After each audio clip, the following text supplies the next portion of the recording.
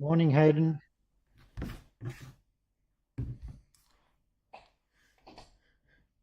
Good morning.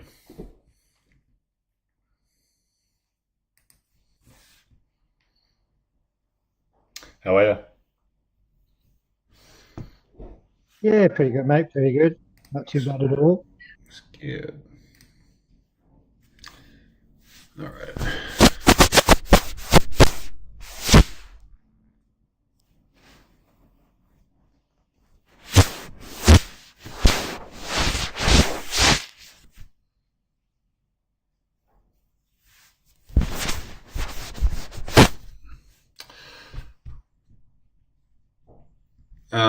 Alrighty. How's the rest of yesterday for you?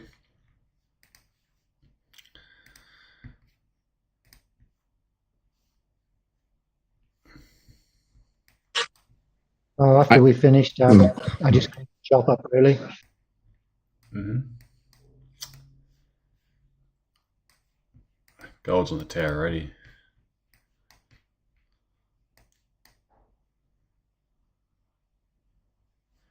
All right. Pretty good moves yesterday. Pretty happy with it. So it's always so tough when you're at all-time highs. I was thinking about it, and they were actually pretty clever in the way that they operated yesterday. So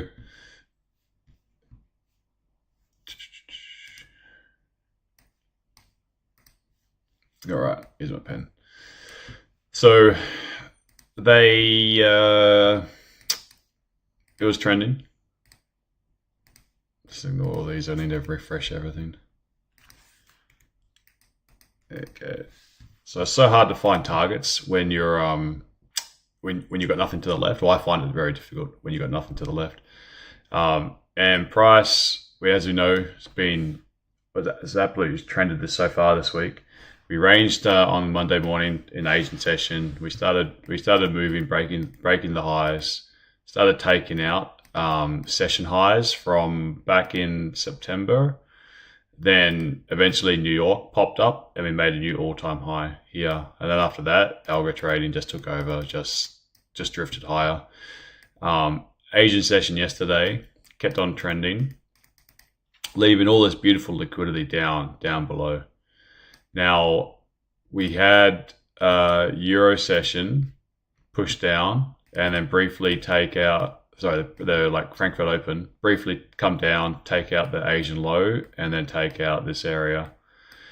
And then we put then London drove it higher, and they got a really nice price up here for some sells. You can see them that they created that order block.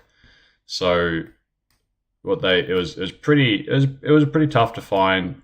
Like we took a breakout buy, moved about 15 pips. Was just slowing down, came back, didn't really have the guts to just keep on going higher. So depending on how you manage that, 15 pips shouldn't really take a full loss if it's moved up 15 pips. As some did, they just took profits early, or remove some risk, and then if it does come down, hits your stop loss, it's reduced loss or break even. Or even maybe profit if you move stops to break even when you took some profit. But after 15 pips, shouldn't really take full losses. Gave like a fake out up here, look a fake out looking price action. And then once price broke underneath here, it took the sells down towards this area to take out this wick, create the new London low. It broke through, it went and continued. And we can see this trend and what the idea was here. And I did think about it a bit more, but why they did it exactly like this. And they got a great sell price. Price was very overextended. It made a lot of sense to come down to just because price is so extended. There's so much liquidity underneath. So the idea of having a good sell position from here to bring it all the way down in time for 10 a.m. is very important. At 10 a.m., we had some news that came out and affected German 40. We'll talk about the UK CPI in a second, has dropped quite low. So I'll just go Forex Factor, it's easier. So look at Tuesday, and we've got this 10 a.m. German Zoo economic sentiment. So this one, depending on where you look, this is high impact on some sources, moderate impact on Forex Factory. Then the idea of having price underneath the euro low, or at least low, in time for that news, gives them two options. If the news comes out and it's good, then they've already pushed price down and they've got a good price, so they could actually go up from here. If it comes out bad and then German sells off, continues to sell off, it means they've already got a good price from up here for sells. So see how, like, when price was overextended here, and then for them to get sells and bring price down in time for that news, gave them good options. Either sells off and they've got good price, or they can start to work off those sells and start to buy from a good low price. So that's what I mean, like, when I say I really like when there's some clear news events to time. I find it a lot easier than when we have days or weeks like the last couple of weeks, where Monday and Tuesday have started when we haven't really got any like high impact news that's going to affect. You don't really know what's going to be the catalyst, what they're thinking could be the timing around their thinking. So I thought there's a really well planned out move.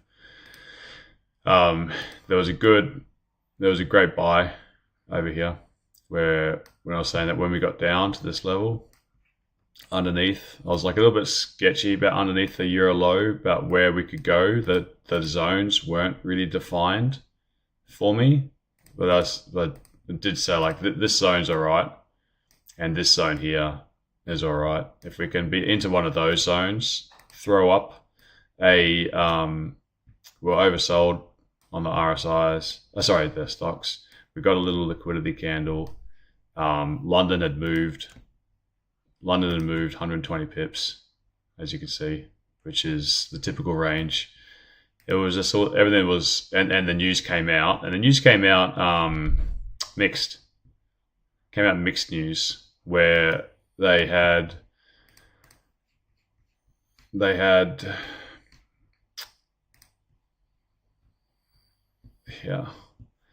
so the sentiment came out better than expected. This one came out better than expected. I was looking on Financial Juice, but I got to go back quite a bit, and there was another one, and it came out a lot lower. Came in,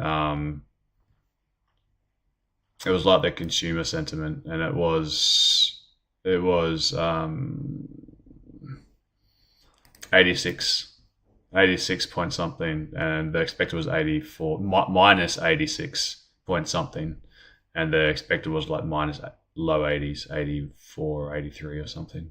So mixed news. So it gave enough emphasis for once we moved 120 pips from top to bottom. We're in this little liquidity area from New York. We've got oversold. We've got a little liquidity candle on the 5 minute. It was basically a setup that I was saying that we looked at on the weekend. Price moved up nicely, gave you a 2-to-1. Price then just sticked around for ages, and then we had a New York sell-off across the board.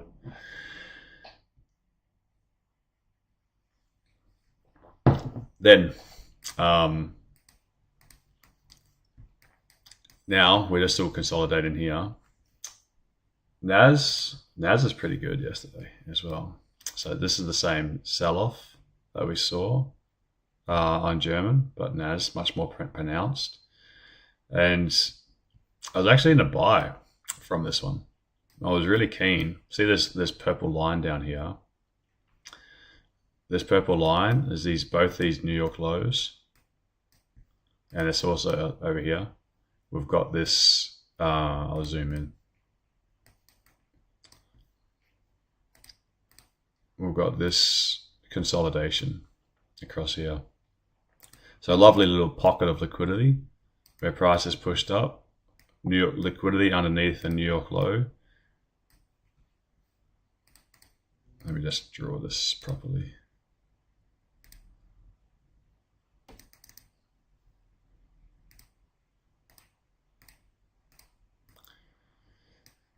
Okay, so little pocket of liquidity, nice one. You can tell because the way it left this area in a hurry. We've got liquidity underneath the New York low. We've got liquidity underneath the New York low. Price has sold off big time. Got really late into this session. It was something that I picked up on once price had pushed down like so. I was looking for a liquidity candle, just one that would stand out to me. Price pushed down, wicked into it. You'd have had to have, like, my alert went off. That's the only reason why I was keeping an eye on it. Little wick down, not quite a liquidity candle. Price pushed up around. Kept my eyes on the indicator. Indicator was saying oversold, which it should be oversold if it's moved down this far. But something that got really interesting was when it gave the liquidity candle, this one here, price is no longer oversold on the Indy, which is okay. But price went up, and this is one that I was pretty keen to hold. So I bought when that one closed, removed some risk at this point. I thought this would be the easy part of the trade, just to get up to to retest this support, turn resistance. But it was one that I took some risk off the table, and I left the rest to run just to see where it could go if this was just a liquidity grab. What stands out to you? Stop loss is like 15-20 pips underneath the low. What stands out with the stochastic? Or one of the stochastics? Or does anything stand out?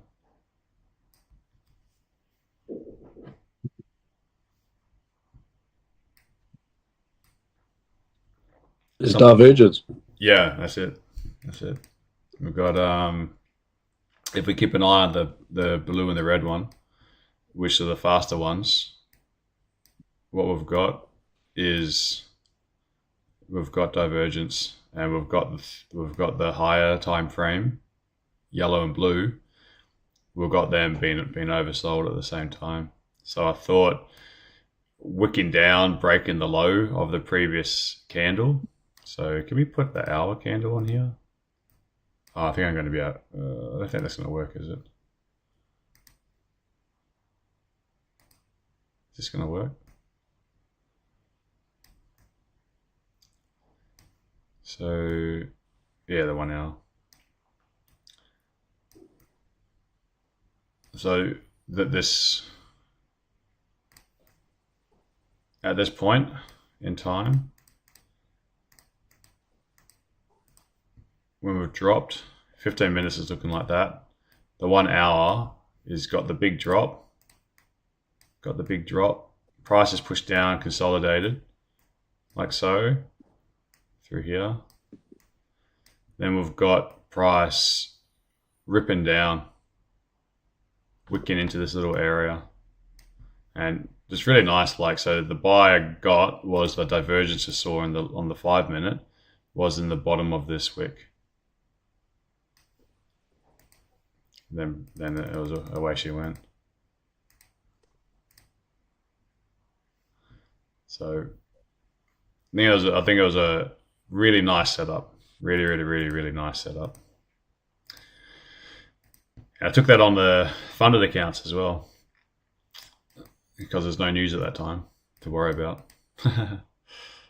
So not bad. You better close it quickly before there's a speech or something. Yeah. Some little comment, some tweet. Oh, you traded through a tweet. We're reversing your profit. That's a violation. Alrighty. So today we've had Pound CPI, pound's crumbling, man. Remember what I was saying on the weekend about that I was targeting pound and euro weakness this week, and you've got US dollar that's staying moderately strong. Remember I was saying about gold? I didn't do it though. What I was saying about do gold pound, because it'll be much cleaner.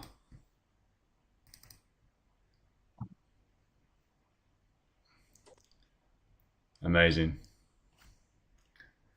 Amazing.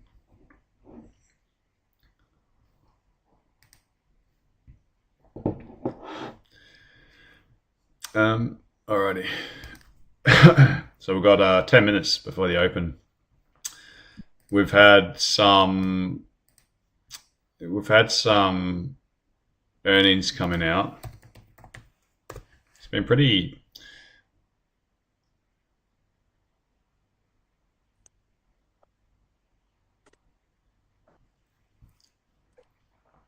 So AMSL came out this morning.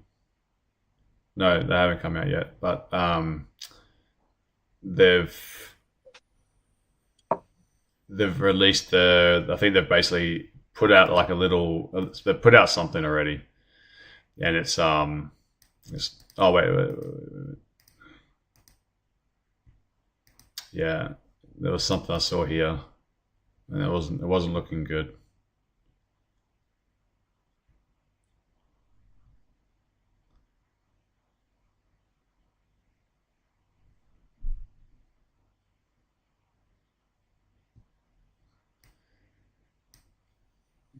Yeah, it's something like what they've had. You don't really see it so much in here, but what we've been having is they've got all their expected price per share, or like there's the earnings per share, but they've got like their expected ones, what they're forecasting things to come out as, and there's been a record amount of downward revisions just ahead of the news. Just ahead of the earnings. So they've been coming out and saying, like for example, let's say for example, all these companies. And I'm not picking which ones have done it, but there's been a record amount of like ones that are about to come out with their earnings at the last minute. They've just been saying, wait a second, we think we're going to be a lot weaker than we thought we were. And they would bring down all of these numbers. Really, like a record amount of companies have done that. And then when the actual earnings have come out, they've been they've beaten their expectations. So, and then because people will be like, oh, wait a second, because they don't see the revision, the downward revision. All they see is like, oh, they beat, like they beat this number, they beat this number, they beat this number, they beat this number, they beat this number. And you're thinking, oh man, all these companies are kicking ass. But what's happened is in the last like few days before they've announced, all of these numbers have been like cut by like 10-15%. And then when they come out and they beat, it looks like a good earnings, but you're like, no. It was a good earning for the downward revised number, but not what the previous number was. So it's creating a little bit of confusion that they've had so many downward revisions that's looking like everyone gets like a gold star, but it's just because of that. So it's creating a little bit of conflict in reading these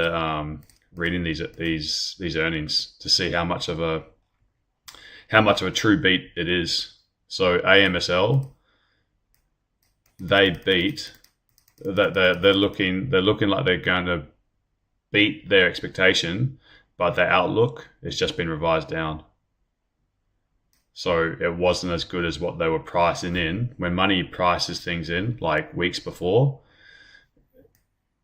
it's now just being changed. So you imagine like if you're pricing in, did all your work on looking at CPI and expecting it to come in at like 1.7, and then just at the end they drop this number down to like say 1.4, and you're like, wait, it wasn't. What's not what was happening before. So there's been a huge amount of companies doing that, and it's just to like, I think, bolster expectations, doing it on the sly. Anyway, so next week is the big one. So we'll see what happens. We start off, kick things off with SAP, for only specific for our German, and then you've got next week Google, Tesla, Amazon, and where's Apple? Maybe Apple's the week after. Apple must be the week after. So we've got Google, Tesla, and Amazon. Nvidia will be in November. Apple will be maybe the week after. Microsoft, Meta, and then there's Apple. Yeah. So the next 2 weeks are super important. Alrighty. Sorry about that. What do you guys reckon? I've got no direction at the moment. We've just been going sideways. 15's looking promising for a breakout long, but hasn't happened yet. Yeah, this is a bit tricky to deal with. This whole zone. I'm watching on the 1 hour, that trend line. I drew one that starts off from the 8th of October. Basically takes the base of those candles through, and we at a very key zone now. There's a break of that trend line at the just at the start of Euro, but then it closed bullish. So I just want to see what happens with the next hour candle. I drew it a little bit higher. Just took that's like it. Yeah. If you look at the close of the latest 15-minute, it's sort of suggesting we're going to go up first, but I think a strong break below there. I might change my mind about the direction today. Yeah, that was the channel I had. That's your channel. We've got New York low, and then we got some HCS forming on the 15-minute, right off that bottom zone at Asia as well. So I don't know. It's a difficult place to trade out of. Yeah. Till it moves. So we're at this. Remember the level that we're looking at Monday where it broke through all these session highs. And that's what we're sitting on. We're contained inside of it at the moment. So yeah. Is Glenn short yet? No. Yeah, I'm gonna wait and see. Wait and see where they decide to take it, because there's literally no direction. I think part of that is because there's been like we've got so many we've got stimulus measures which are helping keep prices up, but we've got a lot of things that are pushing down as well. At the moment, price is just being contained. We've got some lagging economies. We've got some of the war news that looked like they were. I saw articles last night that they thought Netanyahu was going to order the attack. So I guess it could be a bit of a wait and see of what's going to happen. We've got CPI really crumbling. Now they're looking at a lot of rate cuts in the UK. We had some comments from, not really sure how to read into these Bank of Japan comments. It was kind of just, we don't have a set pace to raise rates, but we will raise rates as long as we can do it. So if we can raise rates, as in if we're seeing wage pressures still wages continue to rise, that it'll afford them the ability to raise rates very slowly. But there's no timing. There's just a few things. So a lot of comments coming out from this guy. Not really saying, pretty vague in the details, but Bank of Japan raising rates will not be. That's something that will more likely bring equities down than up. So we've got that as a headwind. Always the geopolitical events as a headwind. Struggling economy in Germany as a headwind. But then we've got stimulus as a tailwind. So either way, London needs to make money. So we need to see where they decide to take this. We're seeing maybe the money's not even in German at the moment for a while, because we've got pound is moving.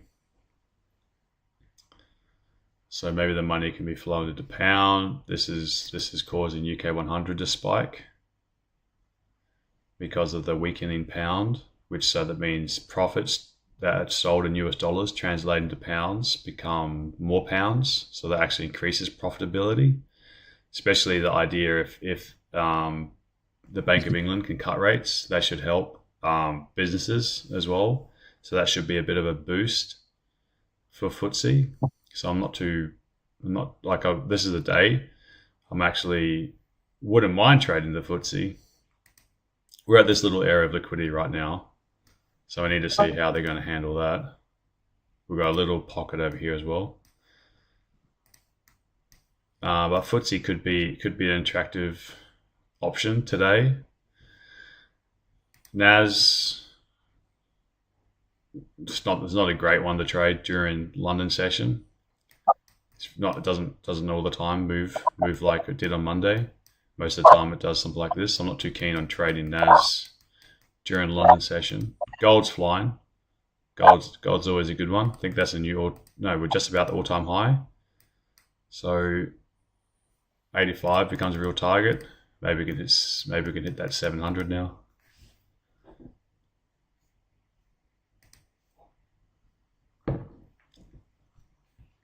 What else is moving?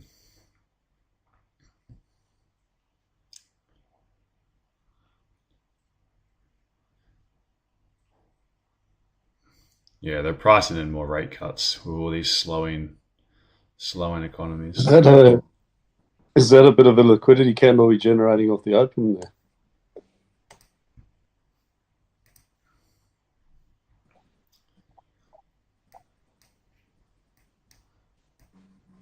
It's reacting inflation high. Yeah, low volumes, so it doesn't look like there's a lot going on. So I'll say all these little levels will give reactions. So I wouldn't read into it too much just yet. But Asia high with low volume is having an appropriate reaction to show low volume conditions.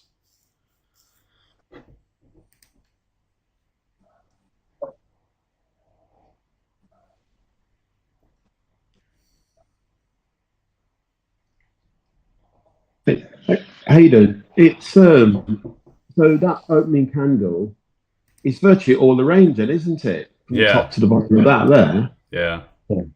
Yeah. 35 pips for the open. So would you wait for it to break out above? You're still waiting for some sort of direction, aren't we? Here, then, in the middle. We're in the middle, aren't we? Yeah, yeah. If I was bullish, and this and we're consolidating like this, and I thought that we're at a good like higher time frame level, then I'd think there's probably no need for London to like, they'll probably do a little liquidity grab, but they can more just build their order in here, and then once we start breaking, we could start trending. Yeah. If I was bullish. If I was bearish, then the same deal.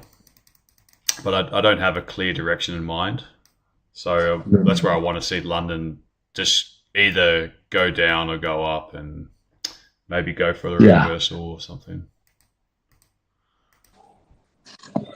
I haven't got a clear direction. So 4 hours not really telling me much either, apart from it being at this previous resistance now as a support. So I would like to see if we could do that liquidity grab, or like little sweep, and then see if we can get some bullish price action. Maybe then we can make a move higher. I'd lean more to buys than sells, as I usually do.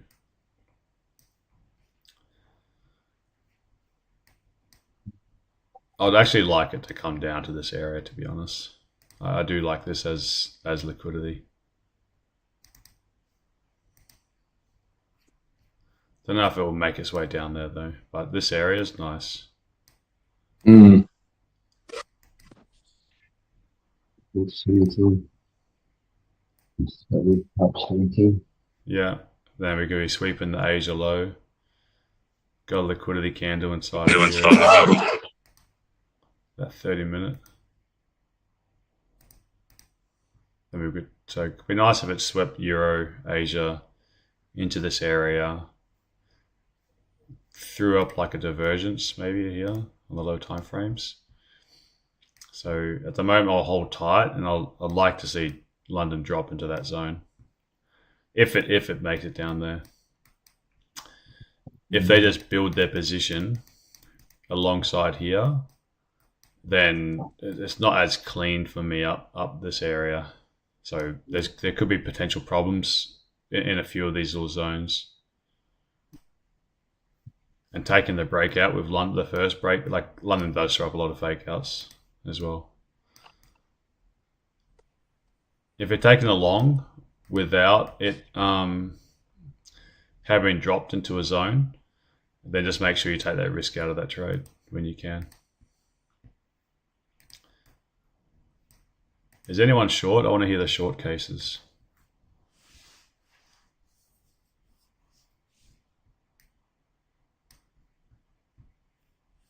Anyone? Yeah.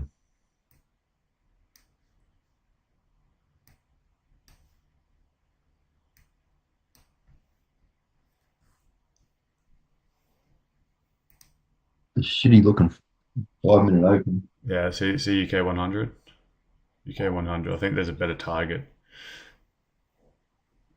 Better target in mind than German 40 at the moment. So that's why I feel German 40 is just flat. Look at that, man. Just popped out of that zone. Really nice. Was anyone in the UK? No. I think on German, for me to go short, I want to see a break of that 1 hour HCS first. If we get a close beneath there, then my bias is definitely short today. But not until we've broken that. Look at that. The beautiful spot where it reacted from. Little consolidation in Asia. Dropped. Euro high. Really nice for a nice target. It's always a tough one, UK 100. Look at this been doing. It's been up one day, down the next, up another day.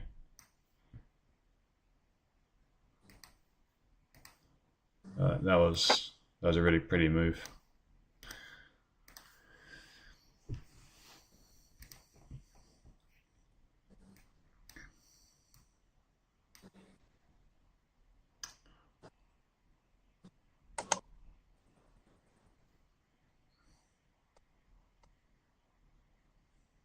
So your 1 hour, actually yes. So you want to, if it closes below here. Yeah, I get a strong 5-minute, 15-minute close beneath there.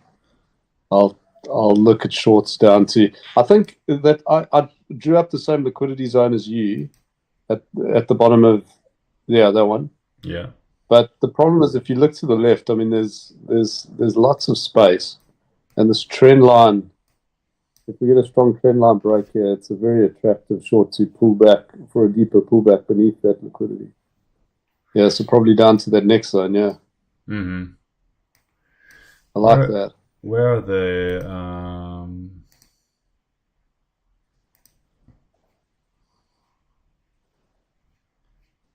What are you looking for, those MMG gaps? So ride the black line.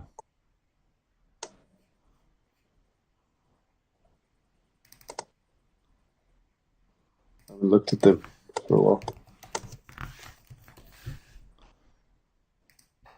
Yeah, so interestingly, there's one on the 15th of the 10th there, right in that zone that you treated. That's pretty nice. Yeah, just under the. But then beneath that, What is the 15th? That's yesterday.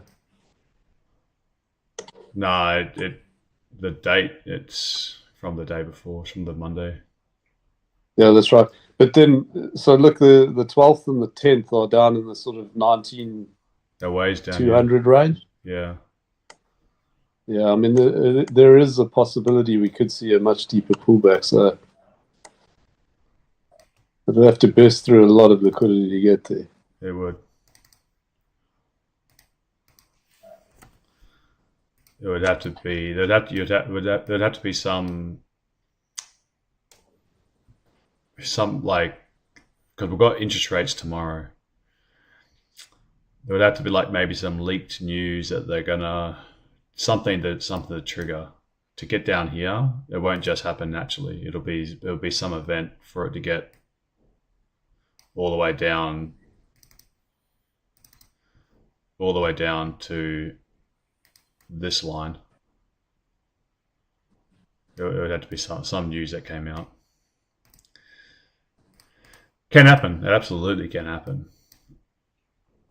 But hopefully it would see like aggressive candles, and then we'll see the news pop up what's causing that. So what about the London fixes? So 4 p.m.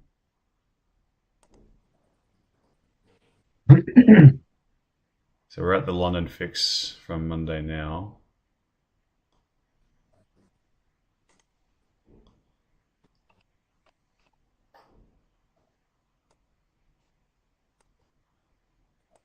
Tuesday.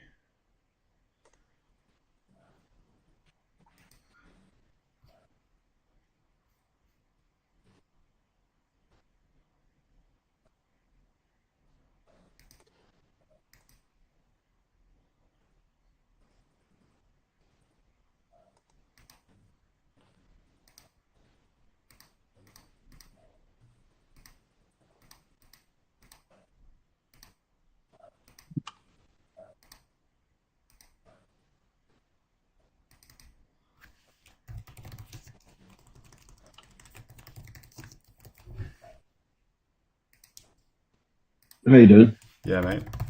I've got a range within a range here. We're just going below it now. 19,471. And I think if it breaks below, and then the top of it is 19,492. Now it's broken beneath this 19,472. Yeah. It possibly look more bearish unless it breaks back above that 19,472. I'm sort of trying to narrow the range right down. It seems to be staying below that though. So if anything, I'm sort of leaning more bearish. Yeah. That line, 19,471, and that's compact. It's definitely flitting between those two from the top of that. I'm trying to narrow it down, put it all in sort of tighter range. Yeah, I'm actually just trying to think more now. Like we've got yen strong. We've got Swiss, which is strong. And we've got gold, which is strong. So we've got the safe havens again being strong. And there's so much more attractive zones to the downside. Yeah. So I'm actually, I'd prefer it to go down. I'd actually like it to see it sweep all this now and actually throw up a reversal. Yeah. I'd prefer that. Then if we can have like another little bit of a sell-off. I just know though, after a sell-off like we've had yesterday, German hasn't been selling off for many days in a row before the bulls come back in again. But if we can, it would actually be a bit nicer to see price. I would really like to see price drop into this zone. And then look for longs from down here. I'd be pretty careful taking longs above here. Why is my thing not working?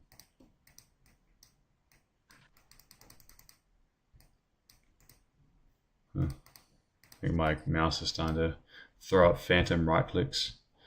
So I just don't want to see it do a smooth breakout to the downside, because I'm really cautious about taking the sells, and I want to see a bit of a sweep first.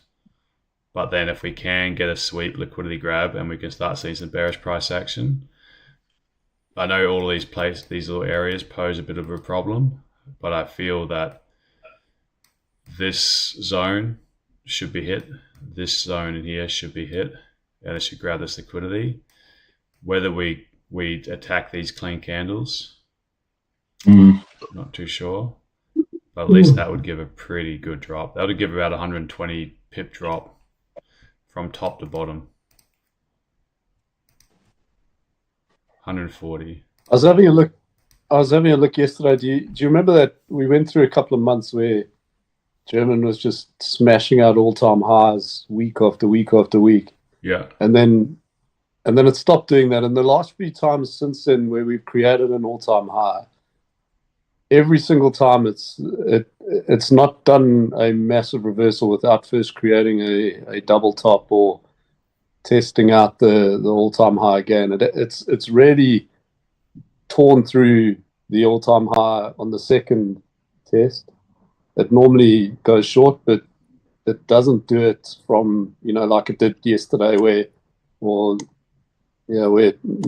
it just made an all-time high and reverses immediately from that point. I think I'd want to see another test of that 19,630 level before a significant drop.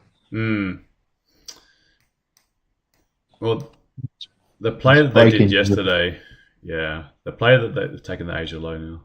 The play that they did yesterday was they had price underneath a decent level ahead of the news. So I wonder if it's the same thing we've got. I wonder if we can sell off and then have price, like if they grab their good sells and they can actually drag price down to here and just have it around here most of the day ahead of the news, the interest rates tomorrow. And if they cut and they're pretty dovish, then the pullback's already happened, and then being dovish,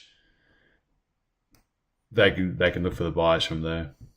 Or if they unexpectedly push back a little bit and a bit more like neutral, like they cut rates, but they're saying maybe like we'll just wait and see how much further they're going to keep on cutting rates, then they've already got a good price from up here, and it could just continue to sell off. Well, 15 close quite strong. Yeah. So this is that's that 50% of that wick from that New York session. We're pushing down to this zone now, which is quite nice. 60 odd pips now. It's moving.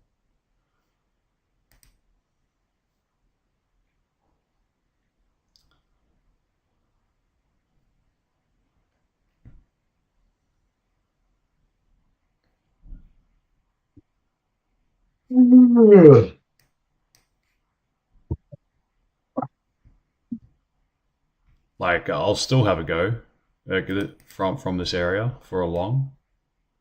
This is where I wanted to see price drop into before entertaining those longs. So I don't want to just go against that idea, because this could give it, like if it just keeps on cutting through, then that second scenario that I was talking about will be, then I don't mind looking for sells down lower, but this is the first problem. So at the moment, if it does drop down into here, I will be targeting longs.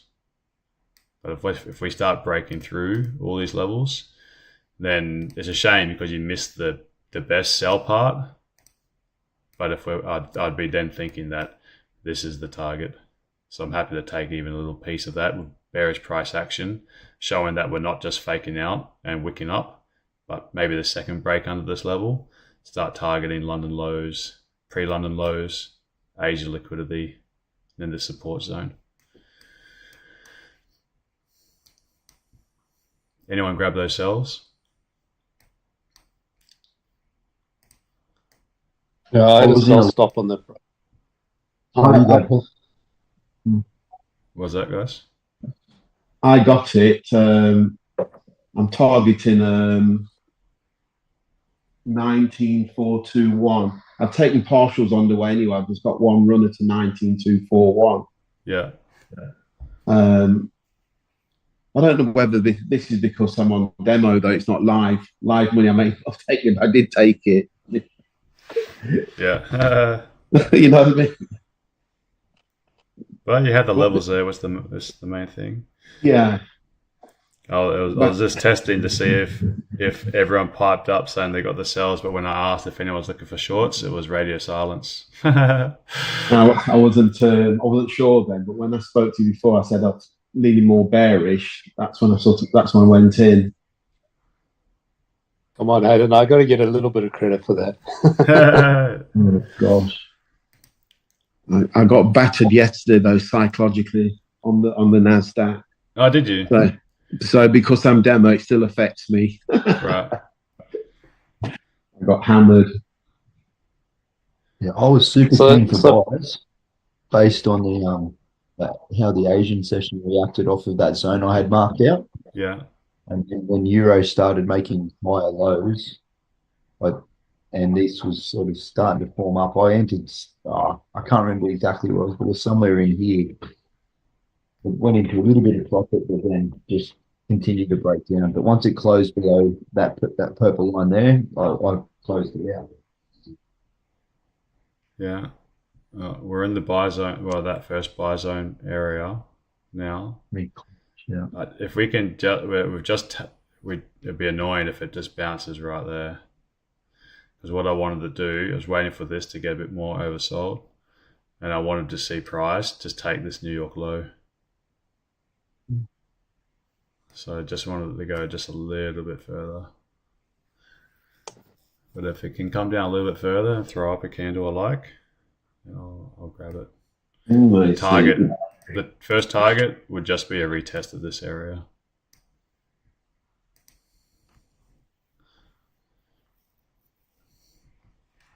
Because at the moment I don't want to go against at the moment the flow is down.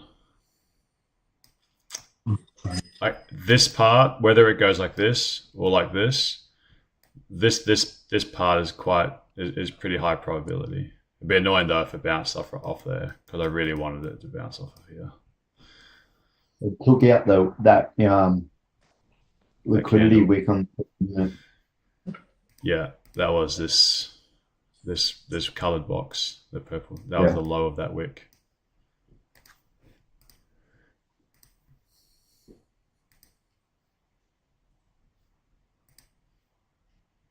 The 4 minutes is looking really good, but the 5 minute, that's pretty much the same candle.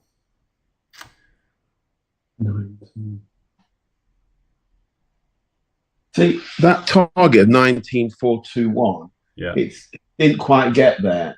It's sort of violently gone the other way now. So, I mean, look, I've just taken the last runner anyway, but real life, that can happen, can't it? I'm waiting for the target and suddenly it disappears then because it shoots the other way, doesn't quite get there. It got there. Using the Pepperstone chart. No, mine is 19421. It didn't get there on mine. I got there on this one. Look at up. See this up. Can you read that? Oh, right. Yeah. The low was 420.8. So it got past there. It's great when I see the zones like this. I think the things I'm learning though, Hayden, is I'm starting to get up earlier, but most of them driving, having to listen to you in the car.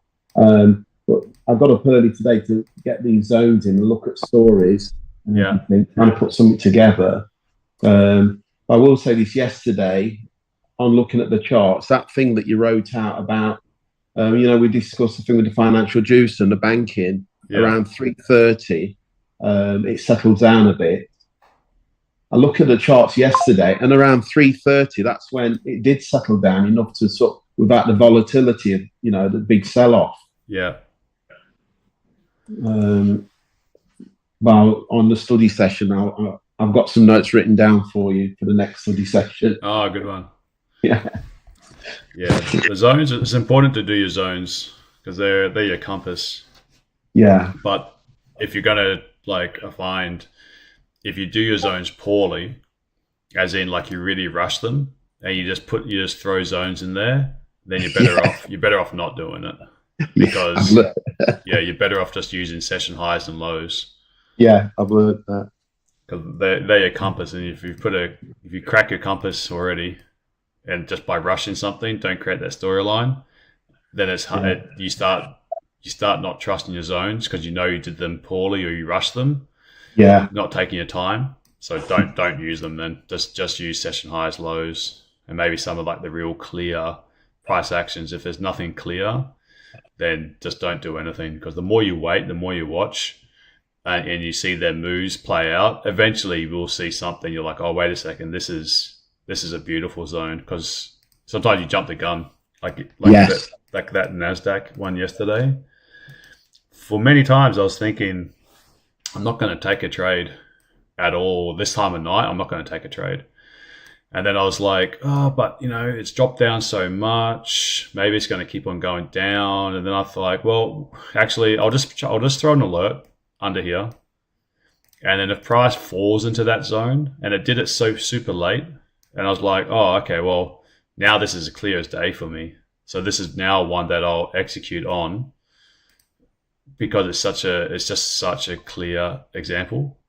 But you don't, if you're umming and ahhing and you don't have that kind of certainty, but you've got a zone in here for just for the sake of it being near a zone, it's just not worth doing it. It's just better just to wait and wait and wait and wait, and eventually, the FOMO of missing a trade is real. Like it can make you do some funny things. Yeah. Oh, that's annoying. That was the target for it to bounce back into. Oh, far out. That's a bummer. Literally, I still want to see staying close bullish though. Yeah, but that was all. I don't really care where it closed. I've entered, but I want to go in. Yeah, I was literally hesitated to save.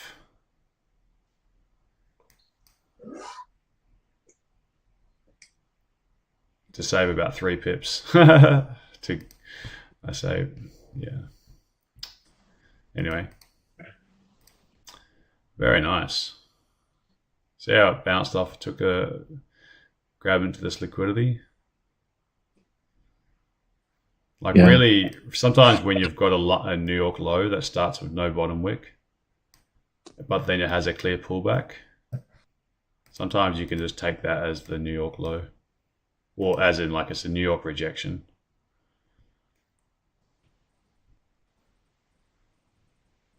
So where it's just the low, just because it started, just because this is 1 o'clock, doesn't necessarily mean. It's hard to do because sometimes you're looking at so many things and you very easily just miss a little detail. But any sort of rejection like this shows you that this is a time when buyers jumped in. So that's liquidity underneath any rejection wick. That's not a rejection wick. It's New York low, so it still poses liquidity, but a rejection wick is liquidity.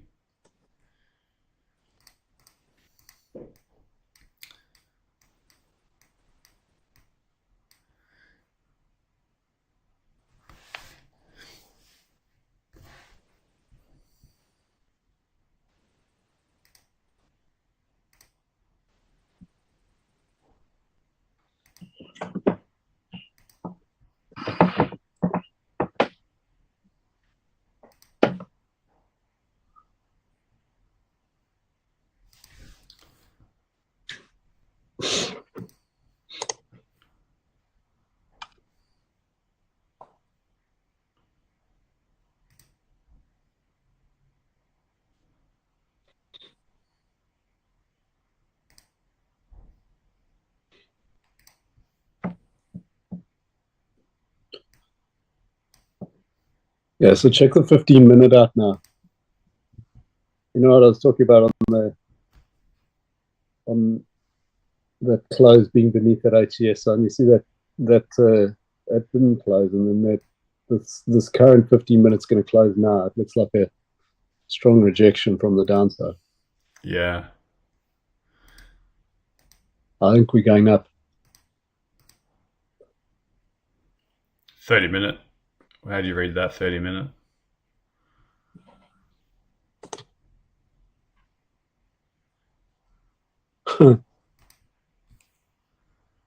That's a negation. That from the structure.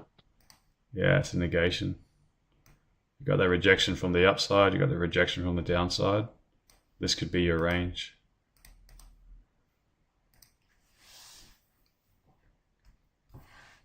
Yeah, just also wary about retesting the trend line and going back down again now.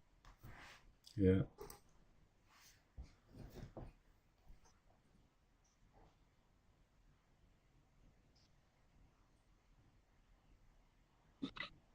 You know, that 15-minute close is tapped into that last area of liquidity on the open candle now. So I don't know. Maybe just sit tight for a bit. If you're not in the buys, you don't want to get in the buys now.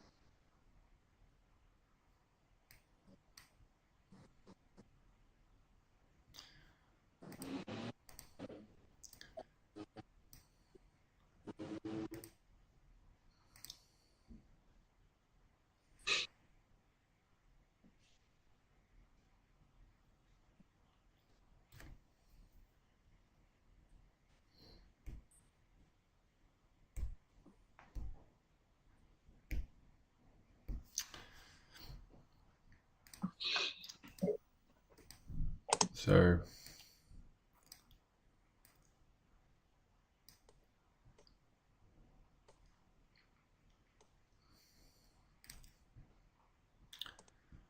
let's see. What's gold doing? Not much. Gold. UK 100 still creeping along. Pound yen still creeping along.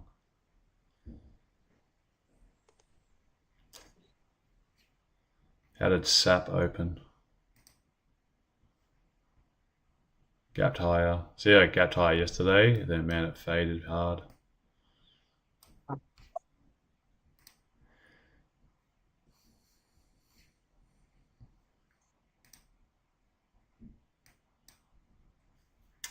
Yeah, I'm not overly convinced yet on either direction. I think that was a great opportunity from down here because it was that's a good little move from top to bottom. Remove 70 pips, and it was a nice little area to look for a reaction, get the risk out, and then see if this actually is the low of the day.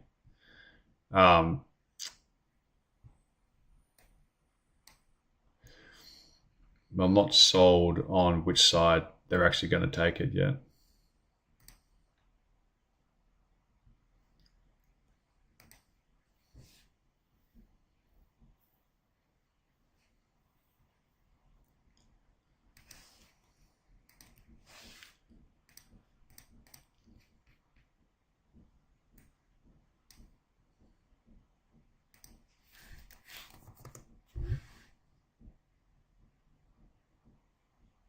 Oh, by the way, I messed up the daylight savings for tomorrow, so I've actually got something at 8 o'clock I've got to do, which I was going to get it changed, but then my mother's coming over as well, so she's driving down before she flies back to Australia, so she's going to be arriving like 10, 11. And then if I pushed it, all the things I was going to change for the stream, it was going to be, then I was going to be working when she was going to arrive. It was just a whole mess up. So this week I just forgot to change it. I thought everything was good in my calendar. And then when I realized I forgot to factor in the hour difference. So I won't be able to stream tomorrow, but Friday we'll be back.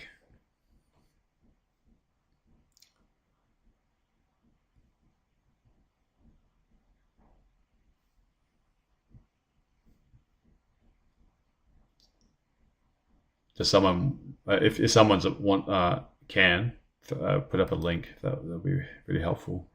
Otherwise, I'll see you guys on Friday. There's no stress if you can't. Cool. Oh, thanks, Tom. That'd be awesome. If you can, yeah. It's also one of those days with interest rates coming out of the euro. It's actually not a bad idea as well, because it's at 115. I'm not sure what kind of moves there will be ahead of that in the London session. It could be a bit choppy. So it's also like, if you're not really seeing anything, don't force anything on Thursday.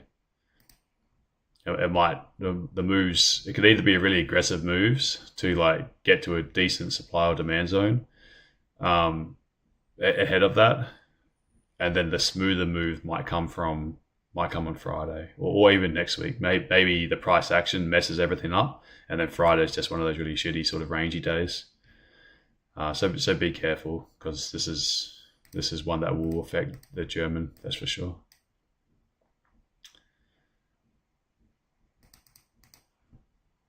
Oh, there it is. It's quite late. Which one? The euro. Well, for us, it's late. The Yeah. They always do it at that time. Sneaky bastards, they do it right in the New York Open. Yeah, so right around. Yeah, just to make it harder. Nice one, Rob. That's freaking amazing. You took the buy. Beautiful, man. Well done. That's a nice little reversal pattern there, Rob. Well done. Yeah, that was legit. Stops are break even now. Very good, man. Very, very, very good.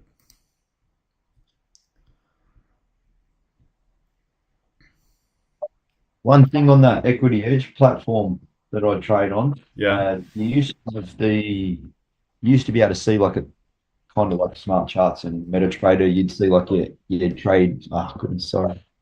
You trade entry, and then like you'd see where you'd sort of got out of the trade. Oh yeah. He's not on the chart anymore. Is it a setting? No, I can't. Oh, mate, the settings on this are very, very. There's not many settings. Okay. It's not a state of the art trading platform. But MetaTrader has it, so yeah, MetaTrader still got it, but not on the Match Trader. It's not. There's no setting that says show trade history. No. Okay. Well, back at that if you're a trend line lover. Yeah, that's something If you're a trend line lover with the wick, the body, the wick, we're actually at that trend line now.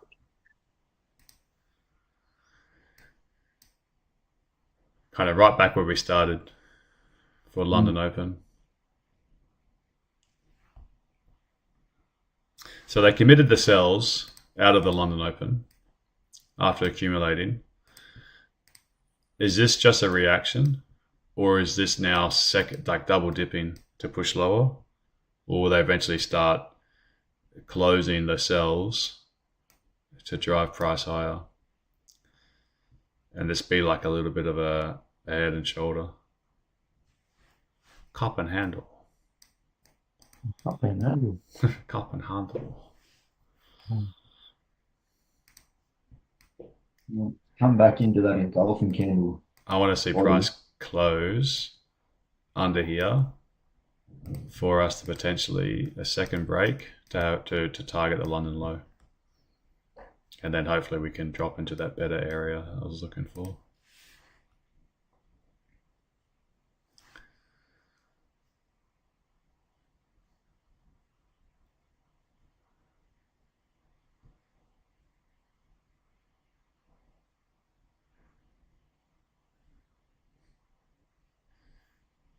Yeah, come on.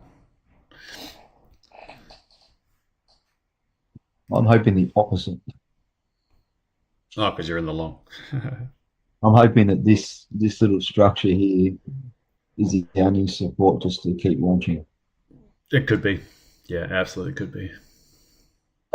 Well, that's what I'm hoping for. That's my trading plan for this move. Yeah, you got to have a plan. It starts breaking that low, I'm out.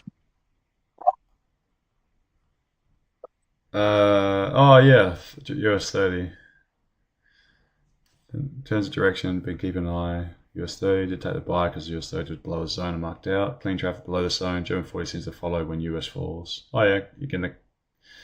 I think Bruce said that as well, didn't he? That US 30 and Germans tend to follow.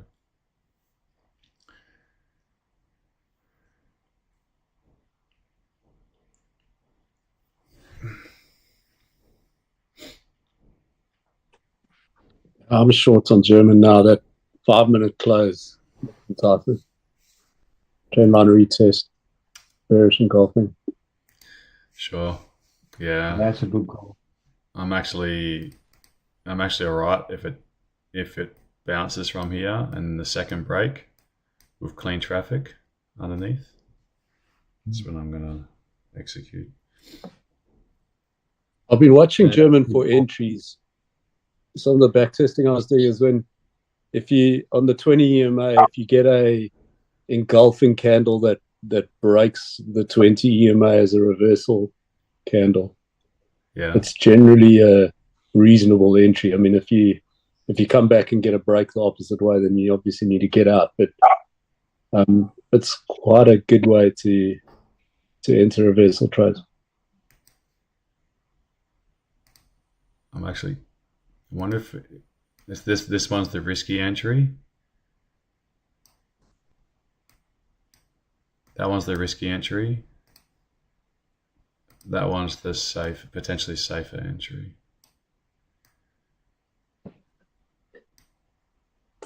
Here we go.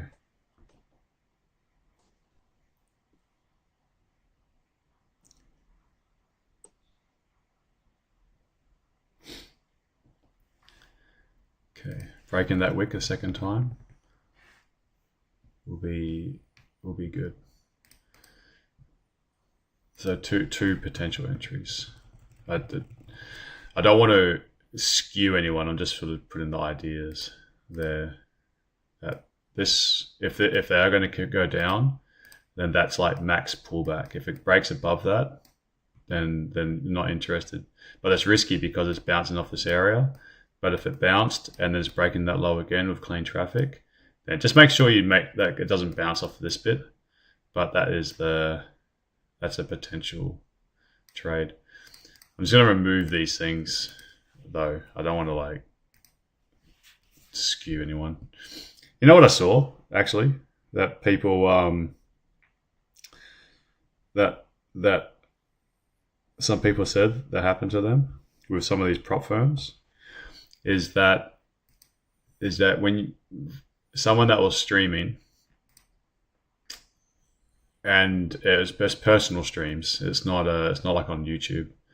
But there was a guy that I know got banned from a prop firm, or like account cancelled. He was profitable, and for group trading. And he's like, what are you talking about? I've never heard of this one before. And they said, yeah, the person was with a prop firm, and then obviously he had like a good experience with them. And then so his students, he recommended that prop firm to them. And then so they were in the prop firm as well.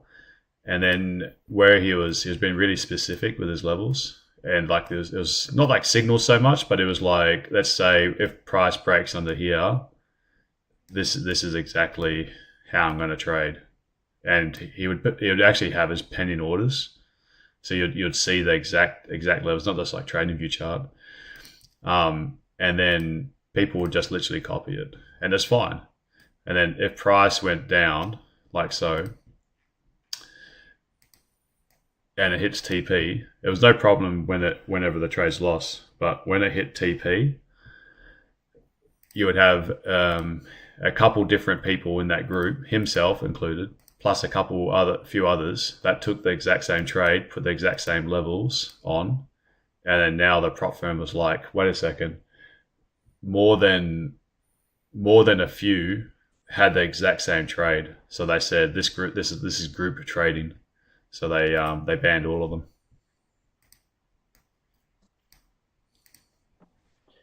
Sneaky fuckers, eh? Seems like the prop firm's path to profitability is the firm that can dupe the most of its members out of paying them anything. Yeah, I was kind of surprised when he just said there's nothing I can do about it. So yeah, having the exact same trade now on a few accounts. So you really got to like, because you can't, like it says it's right there in their terms, is that you can't. It doesn't matter if it was. The issue is that you can have the exact same trade on up to 400k capital. So it doesn't matter if he had two accounts of 2 times 200k, but because it was like 4 different people, that at least he had almost the max allocation. And then if someone else if someone had a 50k, someone had a 20k, another had 100k, and it puts it over the 400k, and it's the exact same trade with same stop loss, same target, same entry, or within like a pip of each other, and it was over that triggers a flat. It must trigger something on their side to say, look into this. Yeah, you had to contest it, and they said, nope, you're group trading. That's a complete violation. See you later. If he wasn't profitable, I don't think there would have been an issue. But because he's taken many payouts, that was a thing to get rid of them.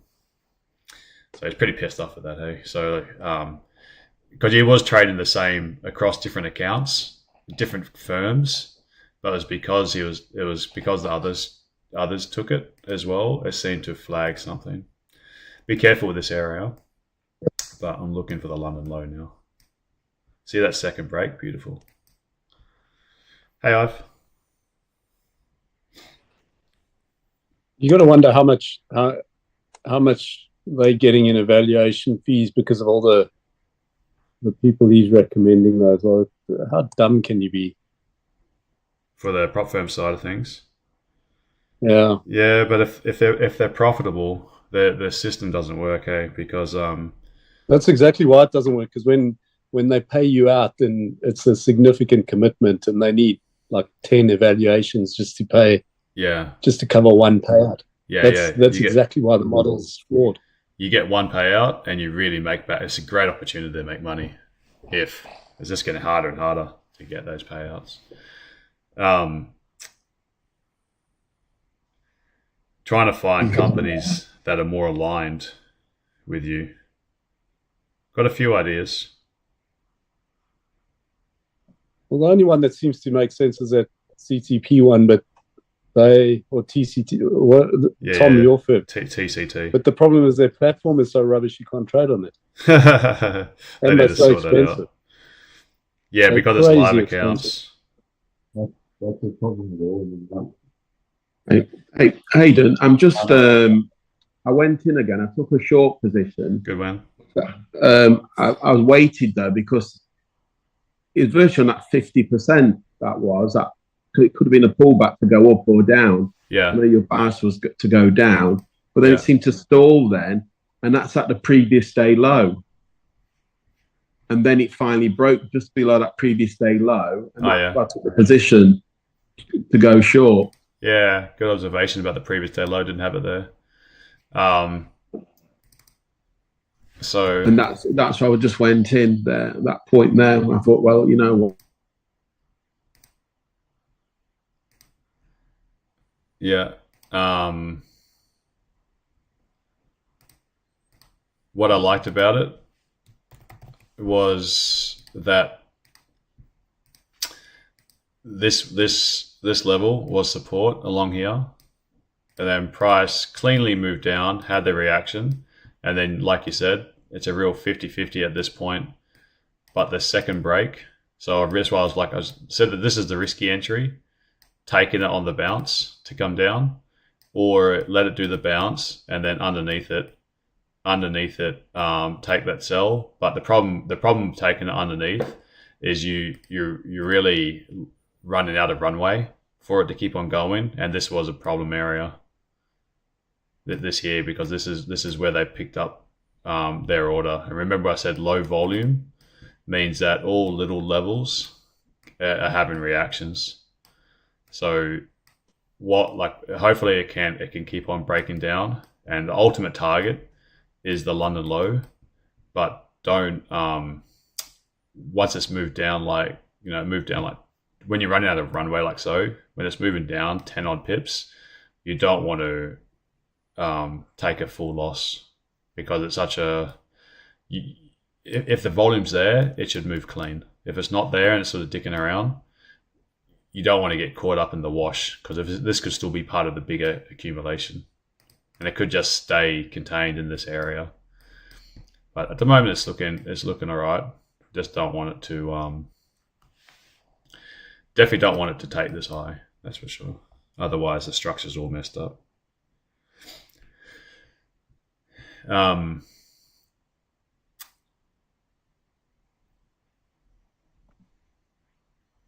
Oh, what I was talking about, yeah. So there's another company. Interesting. I haven't really looked. I started looking into them yesterday, but Darwin X 0.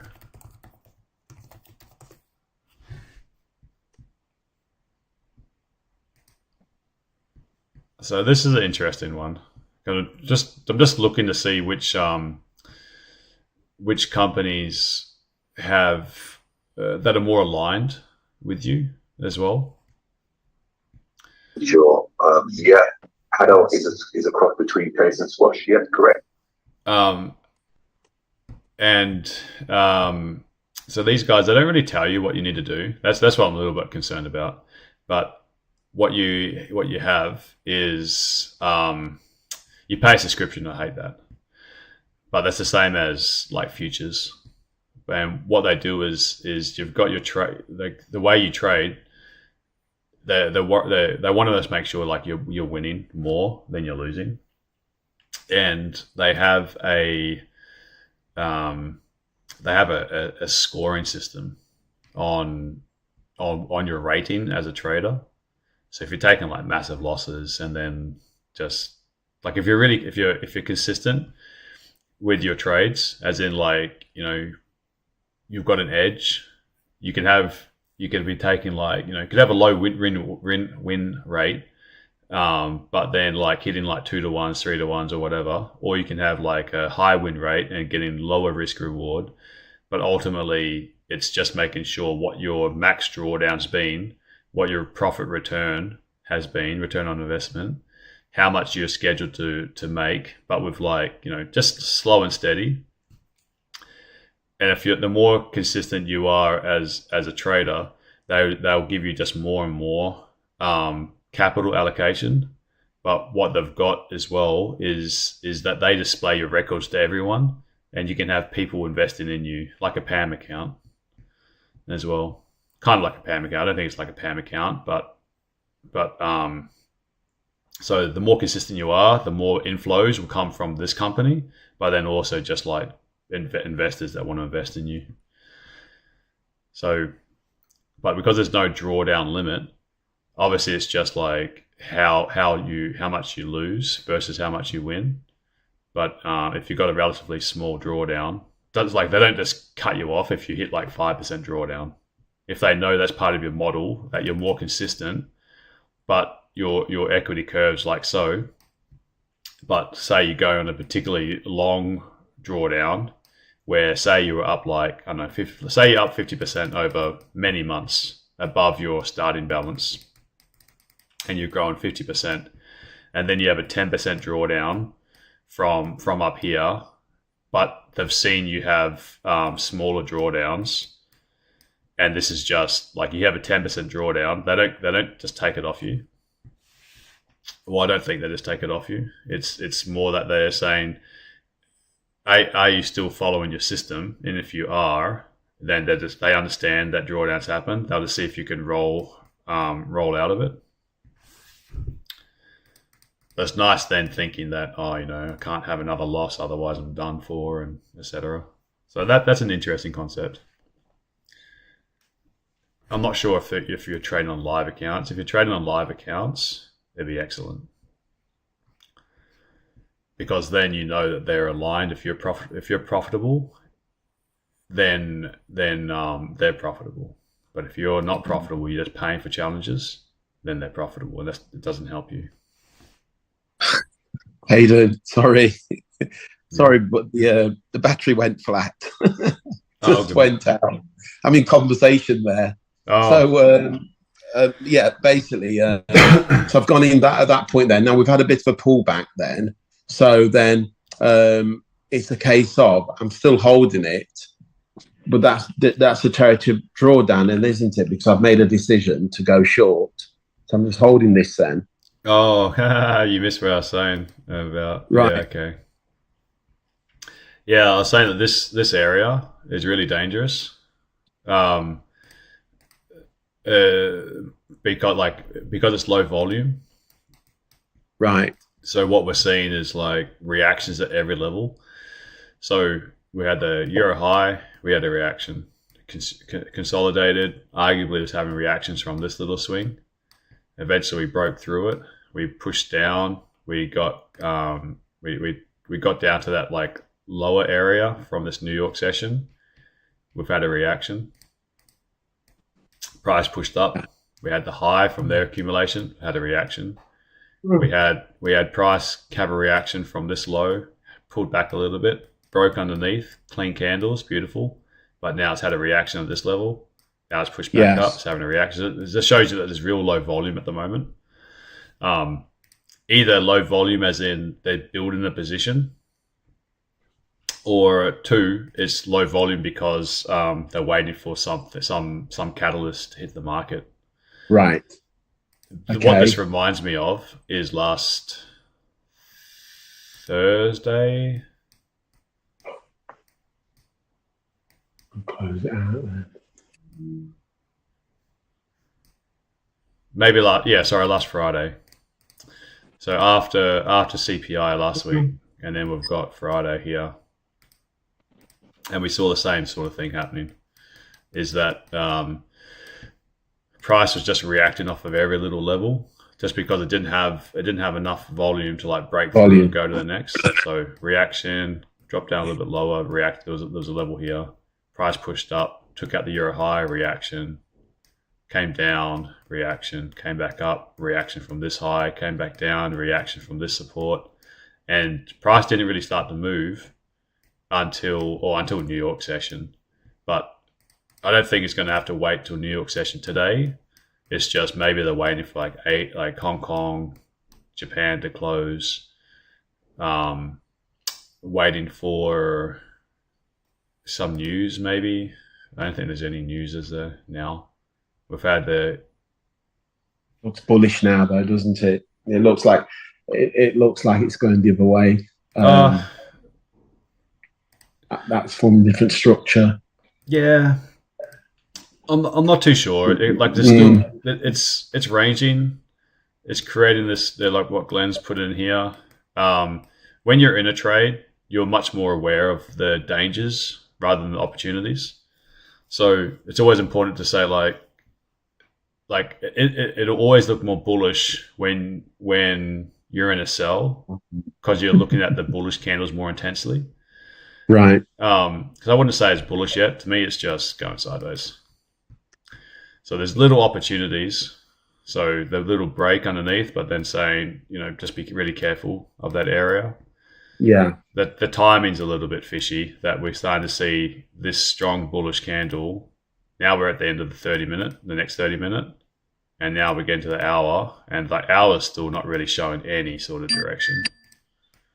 Yes. Yeah. So the hour again is just right back where it started. So this is the London Open again. It's just done nothing. It's just ticked around for an hour. 15 minutes. It's looking nice. Yeah, it's creating a bit of a HCS. This is, remember I was saying though that this was the negation. So on the 15-minute, the beautiful 15-minute candle to the downside, really nice 15-minute candle, then to the upside. And I said it's very likely that this has just created that range, and we're just waiting. So, you know, getting trades, if you think it's ranging, getting sells from near the top end, and then making sure like you're reducing risk down the bottom of that range until we break out of the range. Yeah. It's just not really doing anything. Like this hour is literally, the hour candle is closed. It closed 2 pips from the open. So it's literally just collected contracts from above and below. There's no direction at the moment. It's been some nice little opportunities inside this tight little range. But like for breakout trades, people are getting chopped up. That's for sure.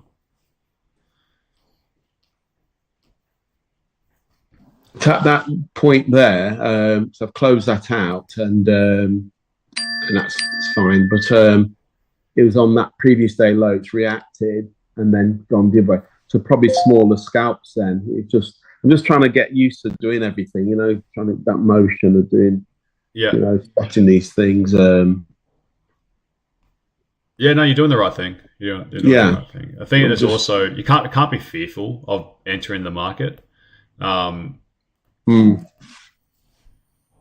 then also don't want to overtrade. You want to commit to your plans, but then I think the realization is that it's also really important that you don't beat yourself up on a losing day, because it's very easy for a losing day to ruin your whole week. Like literally, you could give all your profits back in a single day. It's so much easier to lose money than make money in the like the psychological side of trading.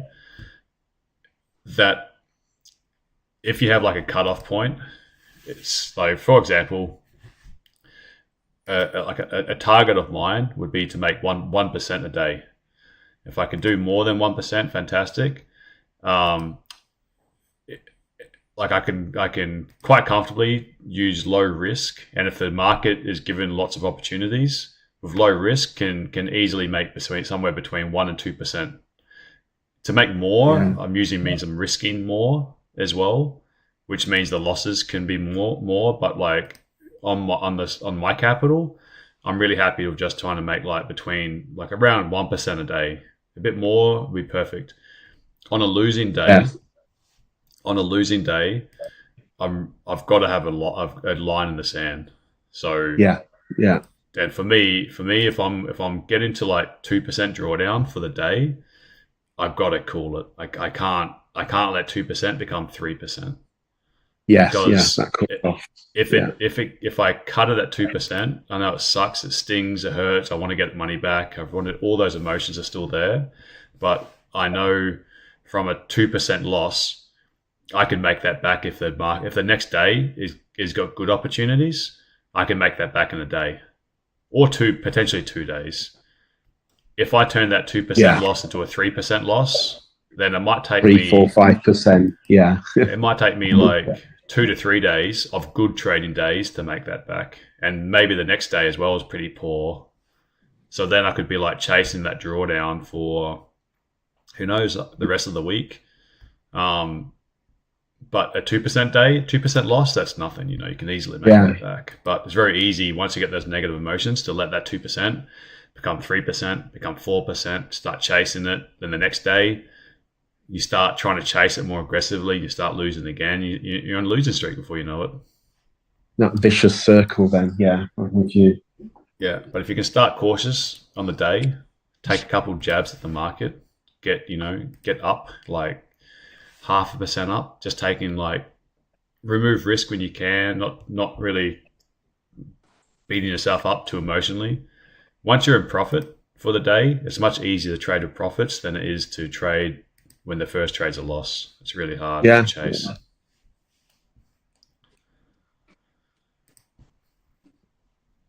So that's why, like with this little trade, identified already that it was low volume. The better trade for risk reward would be to try capture the pullback, the second break of a level. You're giving yourself a much shorter runway.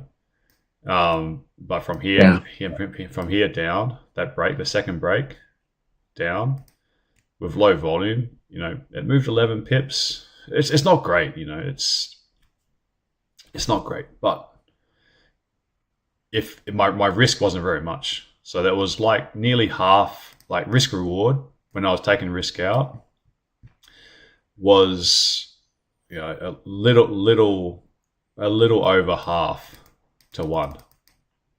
And I scaled out. I didn't close the whole thing, but I was able to secure 60% of that. So really, my risk reward was 0.31 inverse, pretty bad, but that was the first trade. Yeah. So now it's like, I can actually use that now for the next trade and still be ahead for the day, or just maybe I just give it up, maybe I break even, but I'm now at least I'm not negative.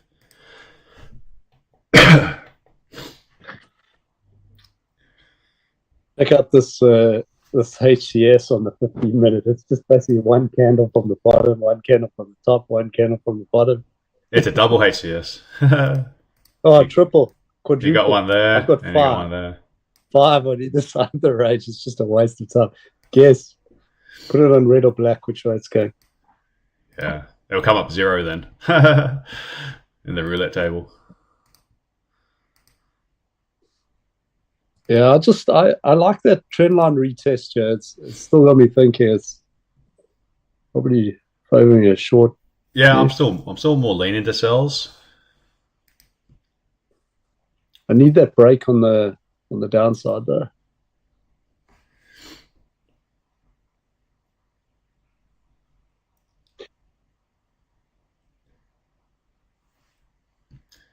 But another rejection from this area will be hard to hold. Well, it went after my stop loss on the shorts before. Now it's coming after Glenn's stop on the long. We'll go back for your one.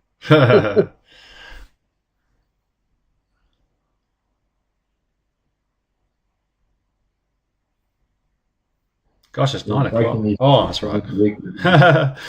I was thinking, I was like, where the hell's Sarah? She's late. It's my coffee. I haven't got a coffee. She's slipped in. She's going to be stressed now. It's 9 o'clock. Now it's going to be like just no coffee. Sarah's going to be stressed because it's late, and then she's going to be like full of work. And I realize now she's got the day off.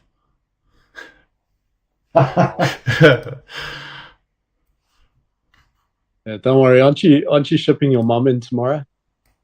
Yeah, she's driving down now. Get some good help. She's just spent the last week with her friend up in Scotland. She's been there for 6 weeks.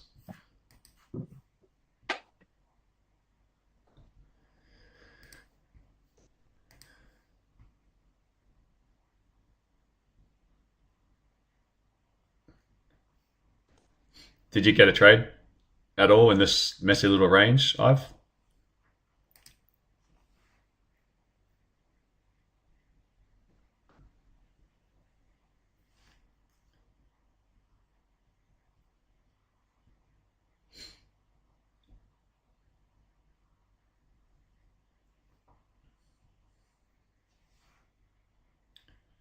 Late to the charts? Oh, yeah. Is it because of the time difference? It's just that hour late. It's really awkward with the kids and dinner.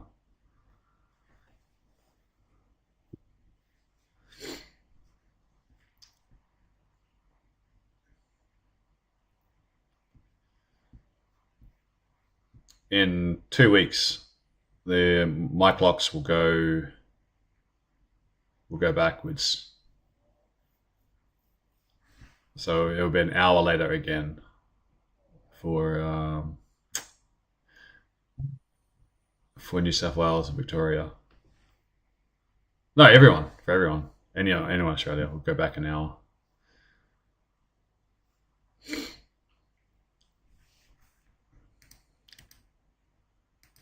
Yeah, I'm cautious if this level holds again. Just creating that that little bullish structure would be dangerous if we're breaking these highs. I'm not saying this is what I want to see, but if we're rejecting from these levels a few times and then breaking highs, that's dangerous for any sells. But if we can actually break down from here now to target a London low, then I don't think it will stop just here. I think it will go further, and then the sells could be on. Yeah, New York's now much later. That's the downside if you trade New York.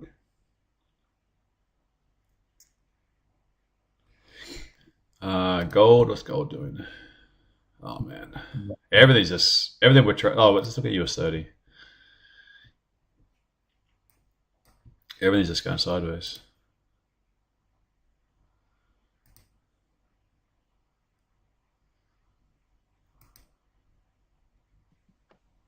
Close the stream, give it half an hour, and then we can open up and look again. Yeah, that's the form, isn't it, lately?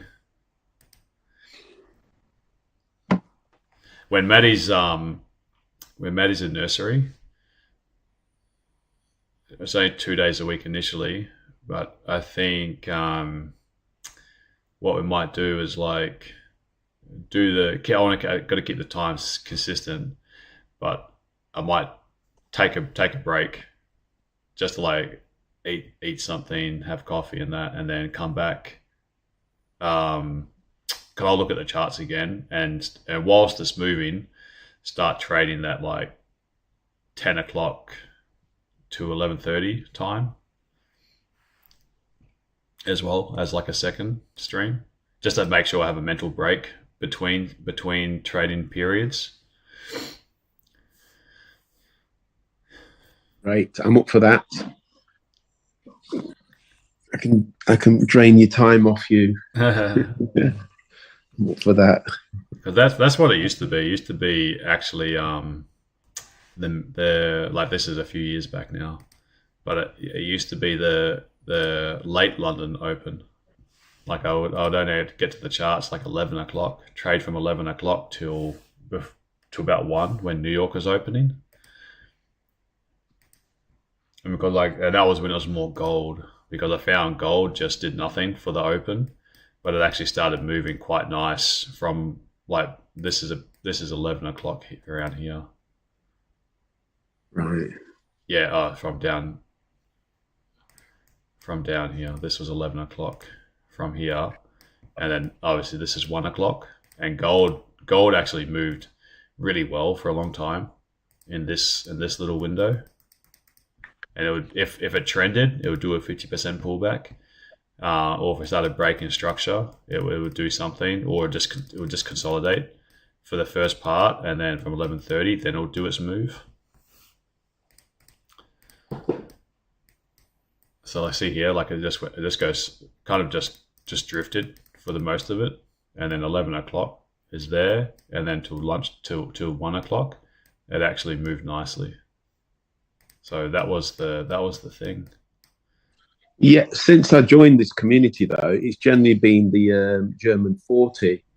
I'm happy because I'm just learning anyway. It's all good for me. Yeah. So it depends on sort of the market conditions of you dip into gold. So you've not really done Forex, really. You've done some currency, but it's generally been the German 40 since I've been with you. Yeah, it was London Open wasn't really a good time to trade gold. So when I was really focused on London Open, it was currencies or equities. Right. For New York session, I was pretty scared of NAS. When I went from currencies to equities, German 40 was was not too crazy. It was like a good amount of volatility. I was really scared of like US 30 and NAS was pretty hard to trade because I just didn't really understand it. But now as I've learned much more about like how equities move and business and investing personally, now I've followed a lot more that I really like NAS. US 30 still was like pretty crazy. But I'm used to the volatility for these guys.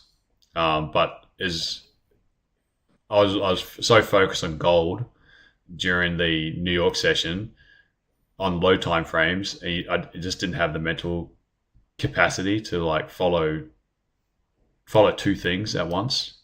Yeah. So I had to pick one or the other, and because I was trading gold and the groups I was in were trading gold, it meant that I didn't focus on NAS. But now, because when I just try most of the time New York session, I just trade by myself or on the phone. Just because I can't really get to the computer with family. So NAS and German, like if I'm following German today, I'm always keeping an eye on NAS and sort of seeing the headlines, and the same sort of stuff moves equities. Whereas gold, what moves gold and what moves equities, there's a lot of overlap, but they're also very distinct. Yes. So that's why I switched to equities mainly. But gold's cool. Gold's good. It's just not good now that my trading time window had to change. It just wasn't the asset for this time. Oh yeah. It was really like it can move, but it's really inconsistent. But price action is price action at the end of the day. Like if you understand price action, which is like it's a reflection of traders' behaviors. So whether they're buying, whether they're selling, the patterns are very similar. The timing is different. What moves it economically is different. But the actual candles, the rejection wicks, all of that's exactly the same.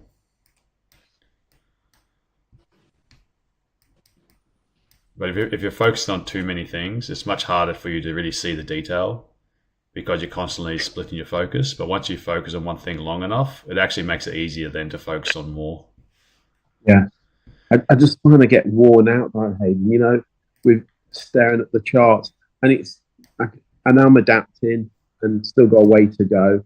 But my God, there is a mental fitness about it, though. Yeah, yeah. The more relaxed you can get into it, the better it is. Otherwise, you really feel like you've sparred Mike Tyson in the ring, mentally. Exactly. Yeah, that's the one.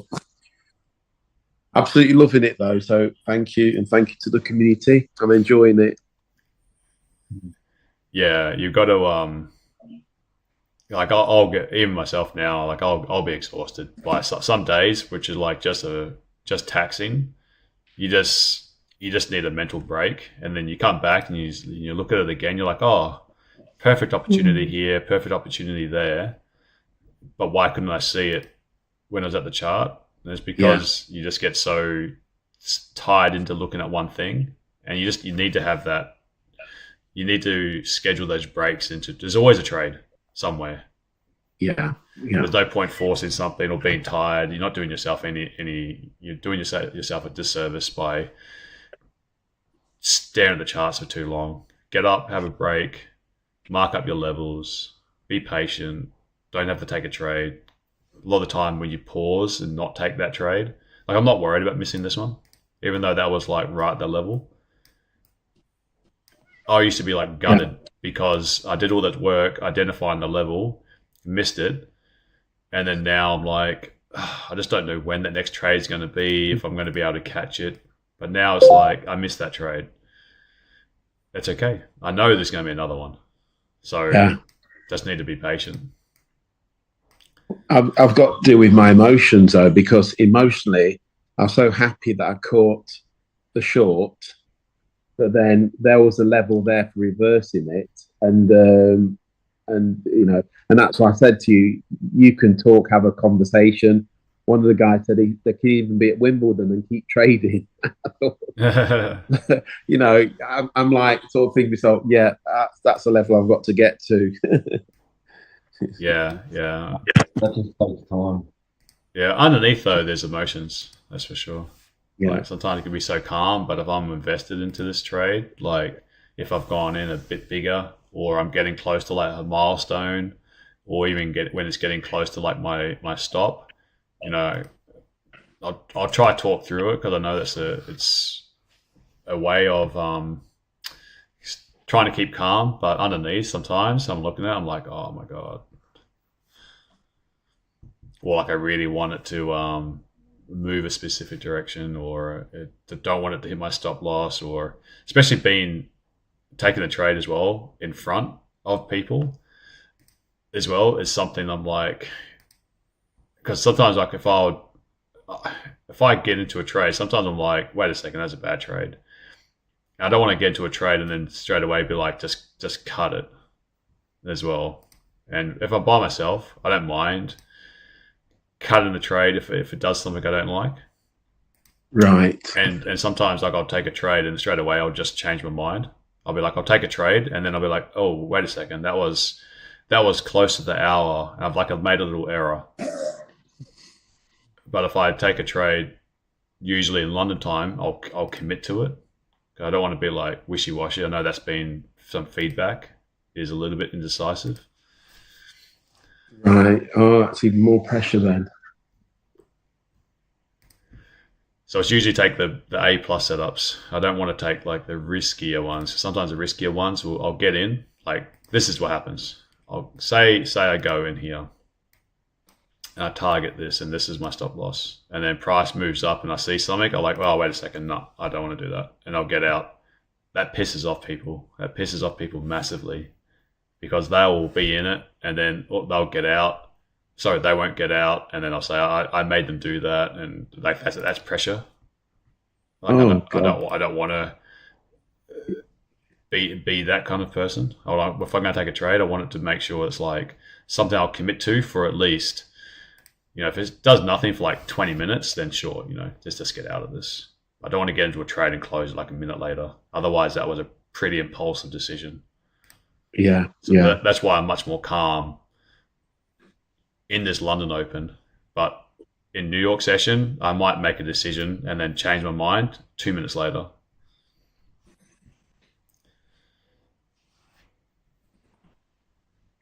Some of that's also being reactive to what you're seeing at the time rather than just falling in love with an idea. Like, watch how the trades, like, watch how it's actually moving. Like this candle here, it's closed as an engulfing candle. Beautiful. It's a little double bottom. I like the idea of that. But if it's not closing above here, I'm not interested in hanging into it for 20 minutes. Yeah. We'll just come straight back down and create and sweep the double bottom. Yeah. You want it to be leaving an area. Well, after it does the price action you're looking for, you want it to be leaving that area within a certain period of time. Yeah.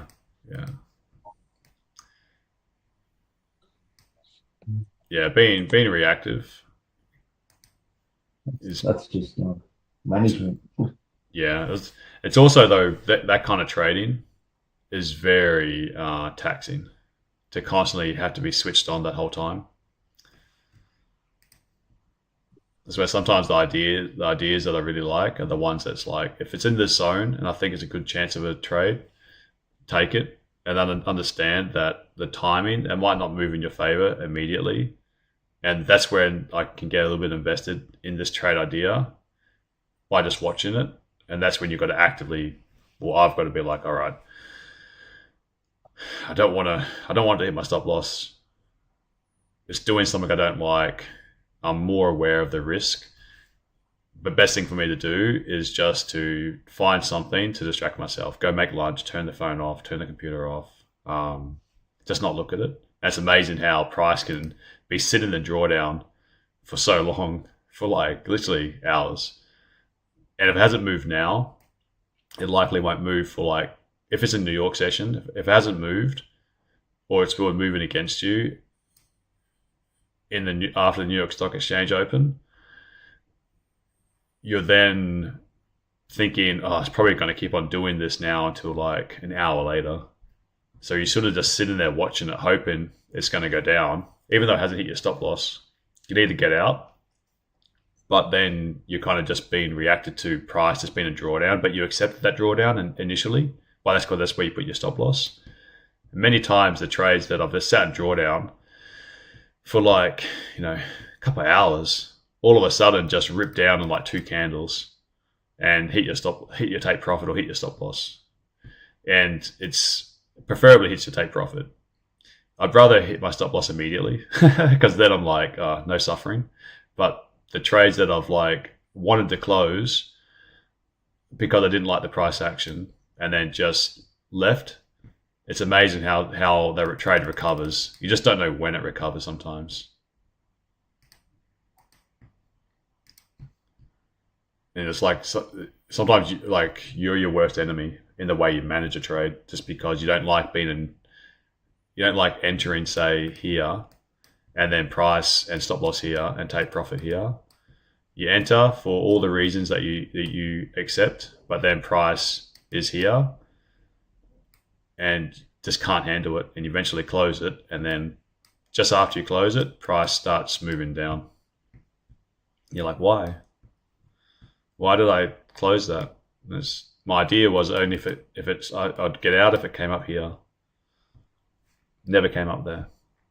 So why am I out of the trade?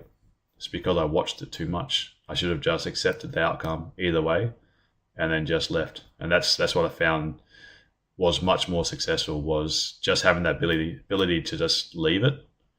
So on holiday, so easy because you keep yourself busy. Put a swing trade on, just leave it. Scalping in these, you're kind of forced to watch it, and sometimes you make that bad decision, so you've got to make a planned one. Jay Meehan, thanks man, appreciate that comment. Yeah, Ivan, that's what Thorsten said as well, the correlation of US30. What is US30 doing?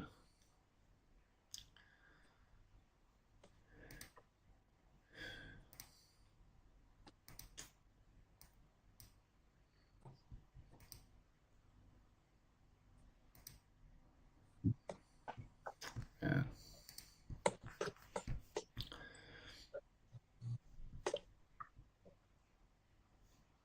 If we're really failing to break down, I feel this is a repeat of Friday. Hey, if we just consolidated so long here, and then we're breaking above this zone, I feel we could just reverse that whole move yesterday,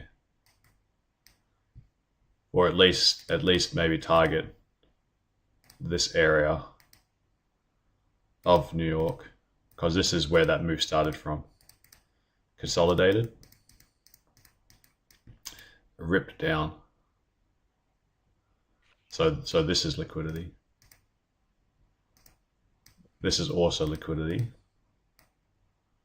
So if it's consolidated all this time and then finally breaks above the Asia high, I don't think this stops it. I think it goes all the way, takes this liquidity from this swing high, and then taps into this zone. From here, it could have a reaction or it could break through the whole thing, but I'd say that this part of the move would be fairly safe if it's happening, say, before New York session, or maybe even into New York session before equity markets opened.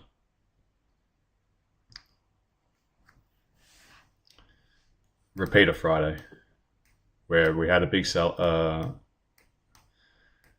We had the big. No, sorry, we didn't have the sell-off.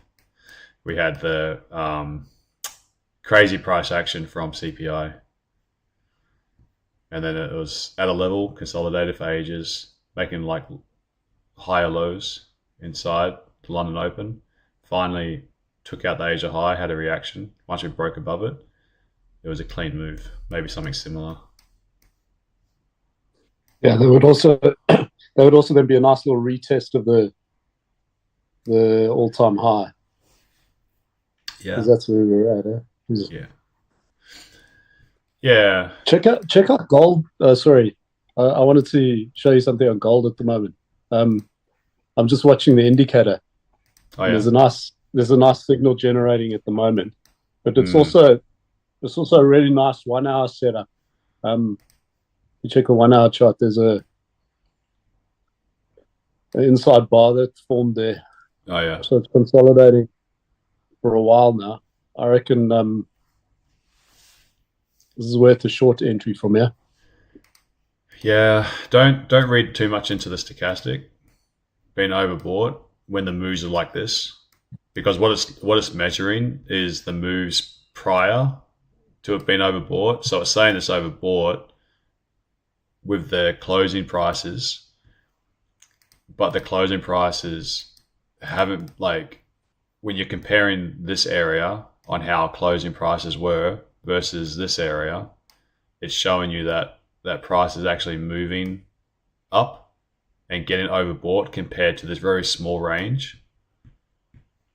So it's nice when this happens from On the back of a strong move. Yeah. On the back of a strong move. Yeah. Yeah, that makes sense. Does the MACD work the same? MACD's a moving average 26 and 12. So it's not pretty much, yeah. It's not really, yeah, kind of. There's overlap. Plus gold being such a, with such a strong trend to the upside, it's actually much more effective oversold because gold hasn't been doing many pullbacks. So like when you get that oversold condition, it can really move. What you can find with gold is when it's overbought, it can stay overbought for quite a while. Yeah, gotcha. I like the price action setup still.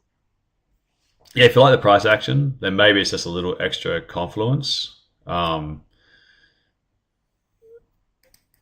Yeah, you got to be careful gold though, selling it, because we're at the all-time highs just here as well, around 26. Is it out of zone? If it's out of zone and you got that confluence, then it's not bad. Like, yeah, it's not really. There's it's not really, but I think before we get I wasn't looking at a sustained short move. I was probably looking at like just a pullback, 60, 70 pip.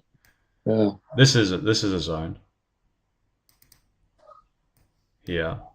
So you've got like price legged it up, little pause, price pushed up, came down, closed below that little support, consolidated here for about an hour, and then dropped, had the retest, and then dropped again.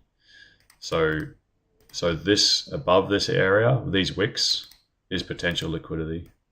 If it's closing above here, likely it can go into this like clean area and then maybe target the top. But above here potentially is where you get that reaction. Oh my Lord, this is trash.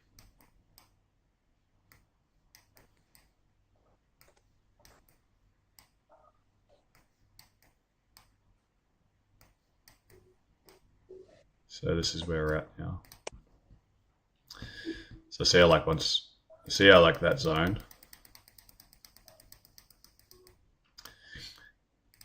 You had the first retest. Then you've had a rejection.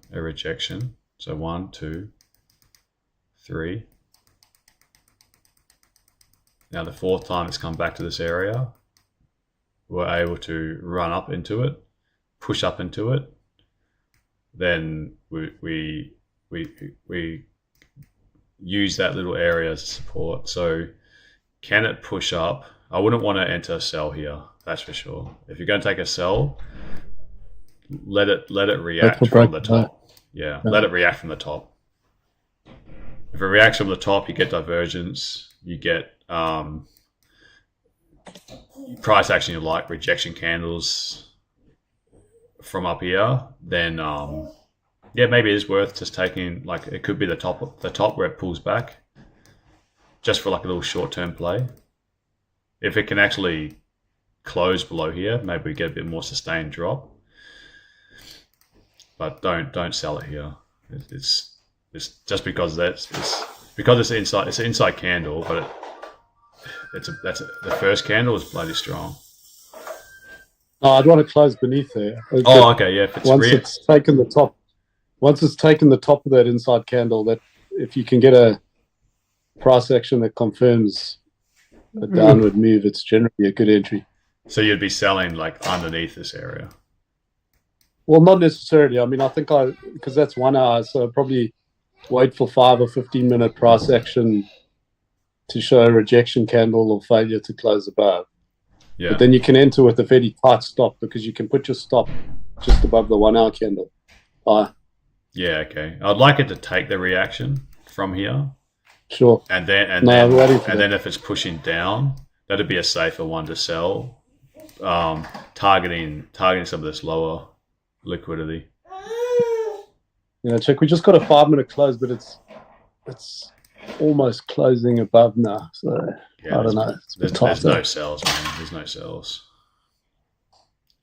There's too many things that are driving gold. I'd want to see, if using the indicator, I want to see divergence on it. Hey, I want to see price. If price is going up, I want to see at least the momentum dropping, and then I could like try pick a high.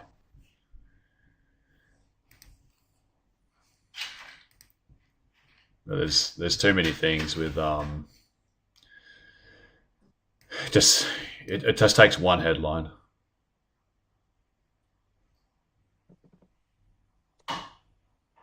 You know.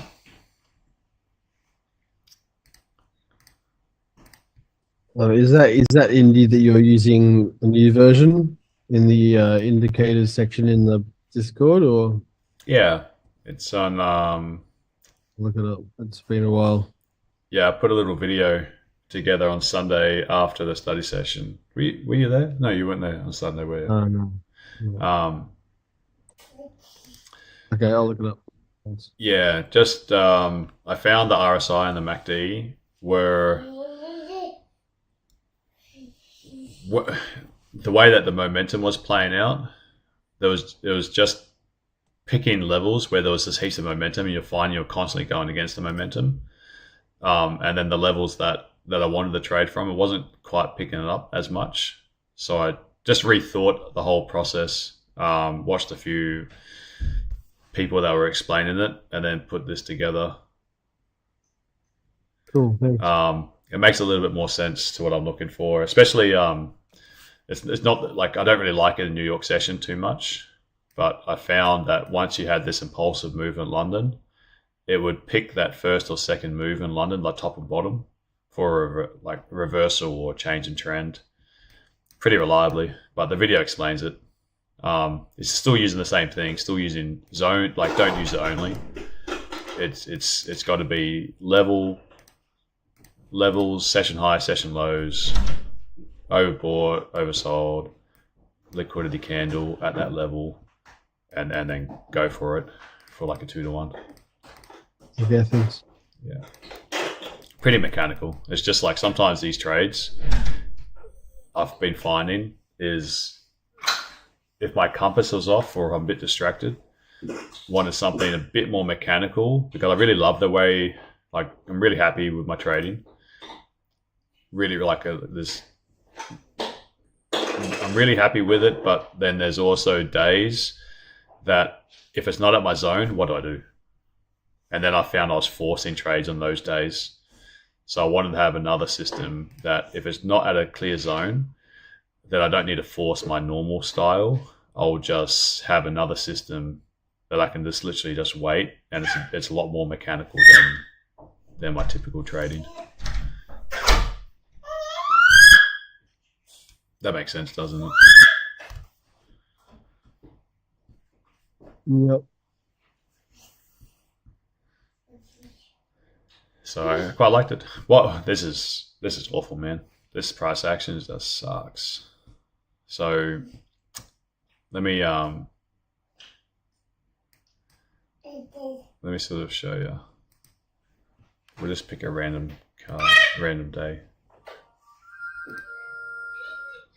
The thing is, whenever you pick a random day, and you do a little bit back test,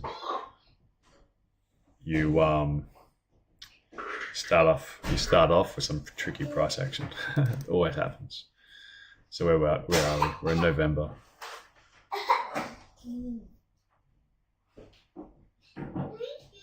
One second, just got to send something.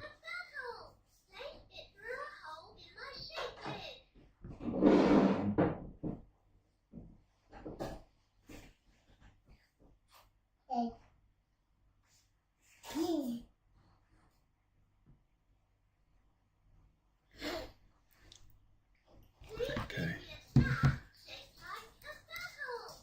So looking for London. Oh, so slow.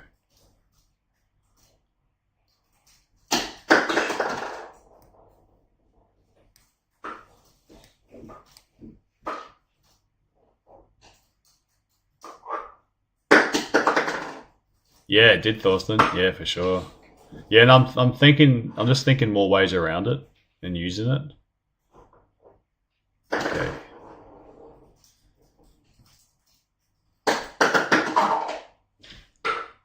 Thinking more ways that rather than just taking all overbought, all oversold, actually just looking for the divergences as well. Okay, so going to get into London session. Now we've got London. We're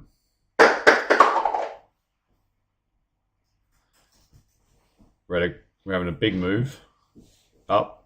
We're all overbought. Just looking to the left, just to see where the session highs are. We might be at all-time highs. Oh, there we go.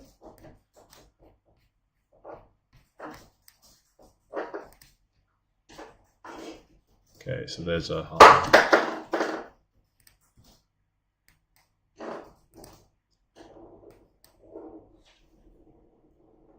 There's a high, and then there's a next line above it. Just here.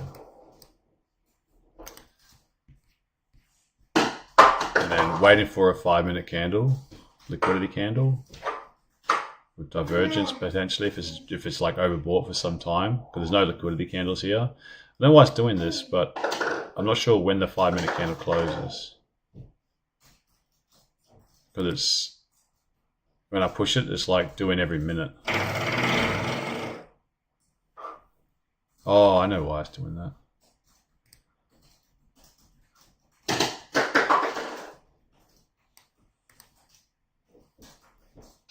I think I've got to do that. Yeah, there we go. Okay, so looking for a liquidity candle.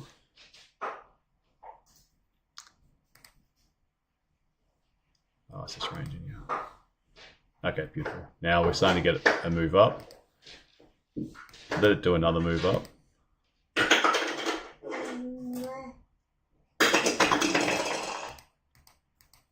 See what I mean? You do a random back test and you pick a day that you always start off with a day that's just horrible. There was a little candle. We'll just go through, just find another day. Looks like that was a crappy day.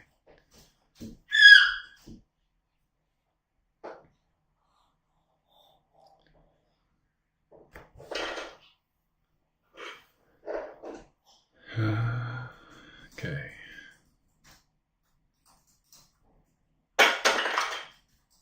Is London, pre-London, and now we're about to go London. So just looking for an impulsive move. That's impulsive. Now looking for it is overbought. Now just looking, how much has it moved? 60 pips. That's pretty good. But the day before, this one here was horrible. Wait for a liquidity candle. So 4-minute was a good liquidity candle. And that would be it, you know. going for like a 2-to-1. Preferably this was a bit higher, but stop loss 15 pips above.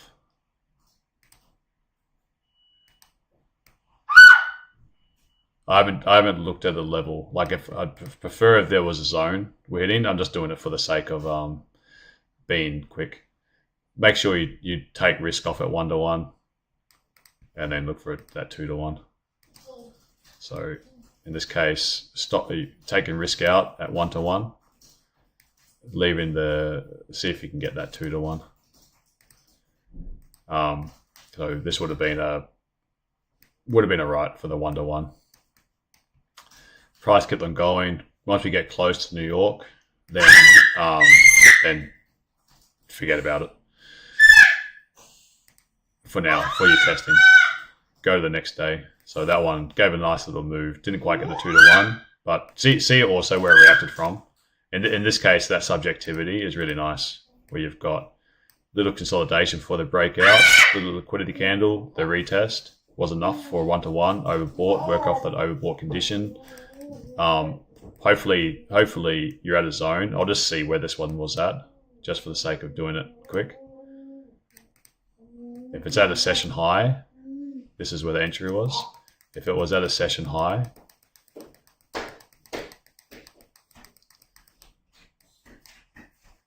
it wasn't really at a session high. It's kind of like at a zone.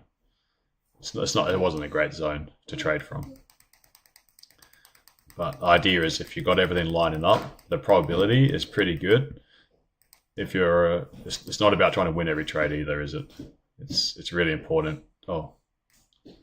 It's really important to make sure to go across, like, do a month, do 2 months, do 3 months, do a year if you need to, and then work out if there's an edge. If there's an edge, go for it.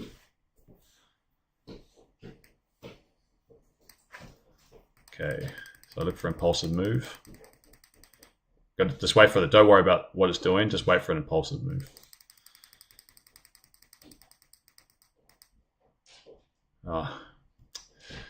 It's not really an impulsive move. This range was 40 pips, so let's just move on.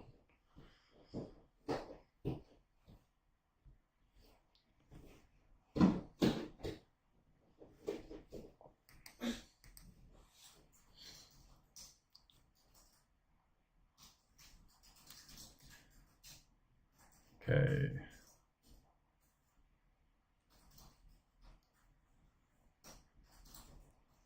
London session, waiting for that impulsive move.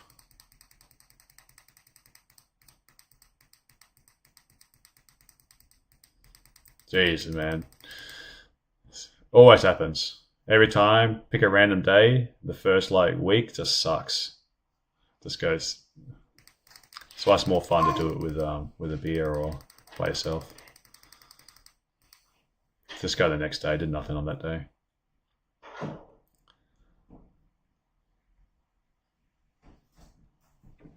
The stop losses start getting a bit more aggressive as you get 5 beers in. Yeah. Just start throwing darts. Okay, here's London Open. Already overbought conditions, so let's wait for that impulsive move. Okay, oh, sorry. I skipped too fast. You see what I mean though? Impulsive move. 60 pips, nearly 60 pips, little liquidity candle, entering, everything's overbought, targeting 15 pips above.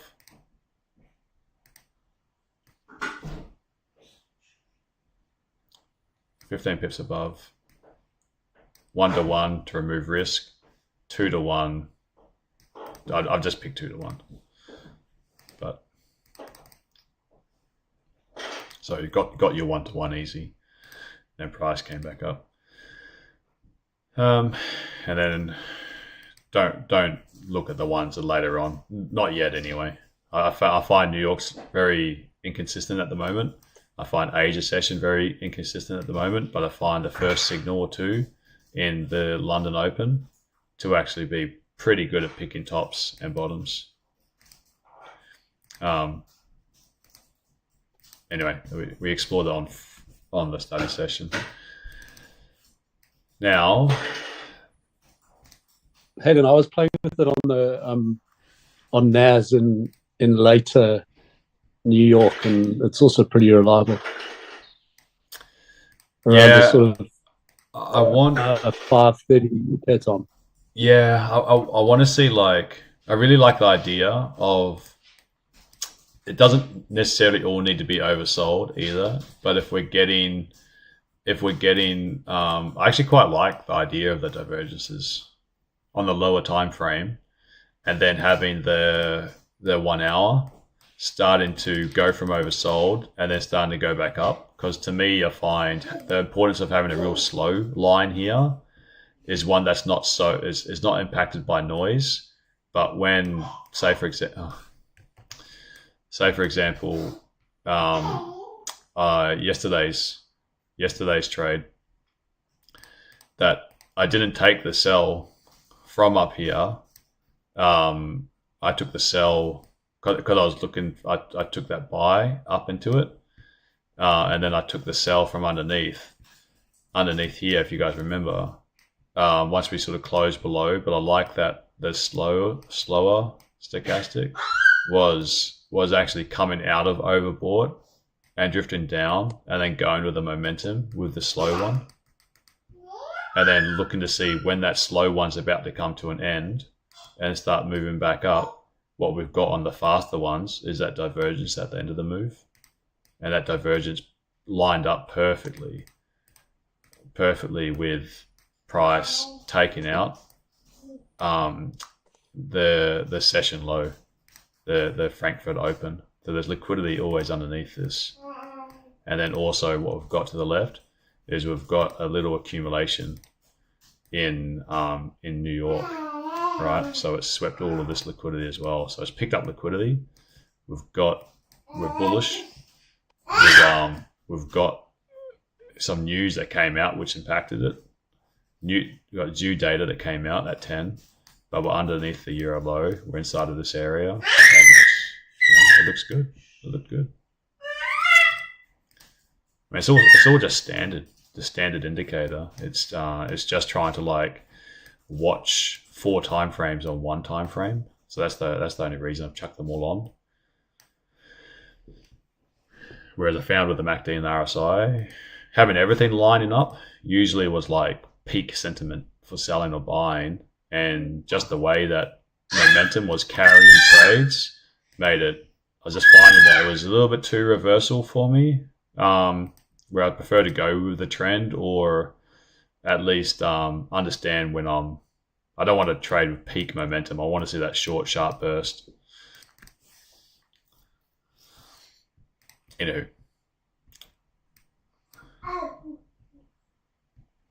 So we finally broke down.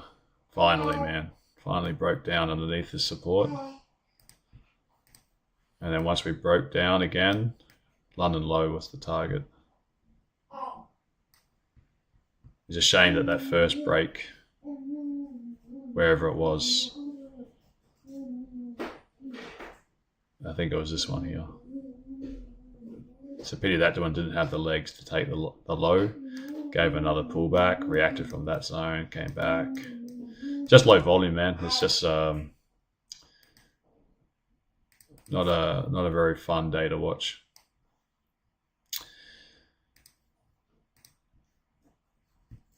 How are you going, Thorsten, with the isolating the trading times?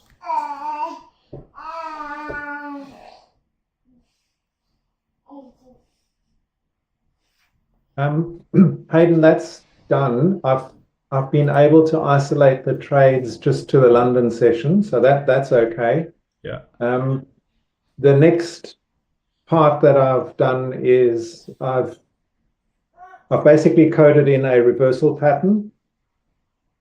So and that needs to be checked. I'll send you the information. That needs to be checked. And then the last one that I need to add, it's making the results skew at the moment, and that is we really need to have significant movement. So I need to look at what is the London open price, and then say that we're only interested in trades, after it's moved plus or minus 60 pips above or below that kind of thing.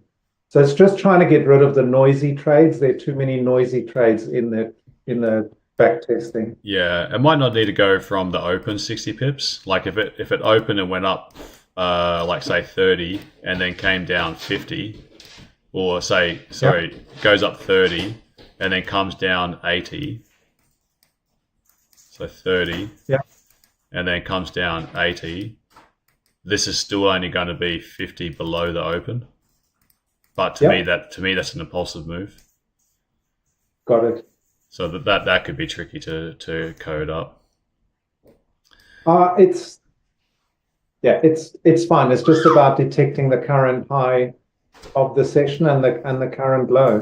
Yeah. So that's okay. It's just, but the point is that I need to do something like that to eliminate the early trades, where there's a little bit of movement and then the indicator gives you a signal, and we wouldn't have taken it. And then, of course, one last factor from a testing perspective is we don't have zones, or I can't. There's no way that I can put in zones. Yeah, So I've got a thought about that. So I was wondering if something could. Oh, look at that! Touched exactly. There we go. Yep, and we've got a signal on the 5 minute. Yeah.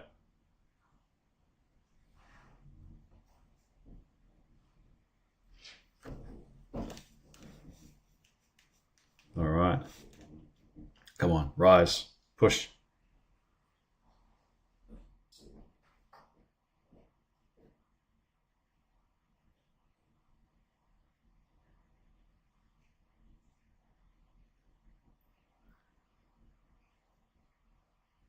We want this 5 minute to close. 4 minute closed, like a liquidity candle. No, so I prefer on the 5 though. So this one's got ages to wait. And we'll see if this one holds. Anyway, it's at that level. I quite like. See if this candle closes as a rejection. So the idea is somehow if you can get the indicator to look back sessions and then see if this was like Asia high, Asia low, and then have like a I don't know, just treat it like a score system. That if first time it touches a zone, then say it's like it's picked up it's picked up those 500 points, and then if it's done that and got that 500 like picked it up, then it's saying that it's hit a session high or low. You know what I mean? Like, so if it goes back and it just puts a box around it, first time touch around this New York low, now it's taken a New York low, so that's like if it's done that and got the 500 points, then that's one of those like if statements that if it's moved down 60 pips in an impulsive move, if it's collected a score of like 500, and you can like maybe have smaller zones that score less. I don't know, but because it's really hard to like get a computer to pick that up. But if it takes that score, then it gives you liquidity candle or reversal pattern, a second low, oversold. Then that's to go for it.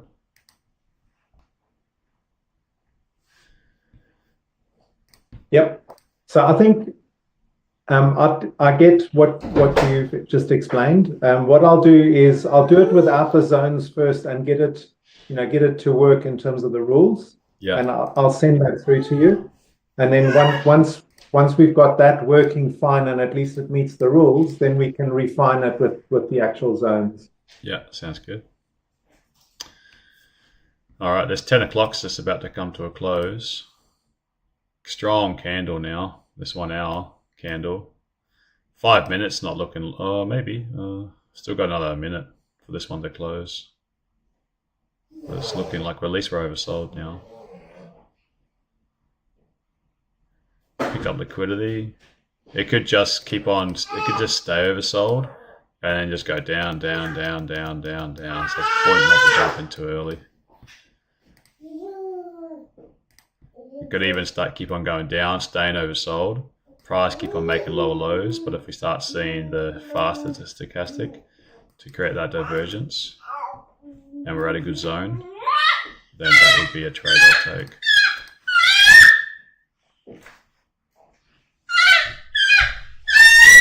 Maddie, it's my parrot behind me, my pet parrot.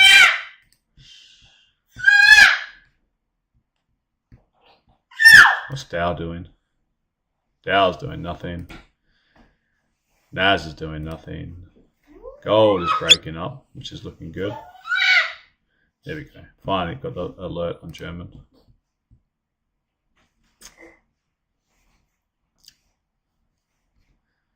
But we didn't get a liquidity candle. We got the alert, no liquidity candle. Let's see what this has to do.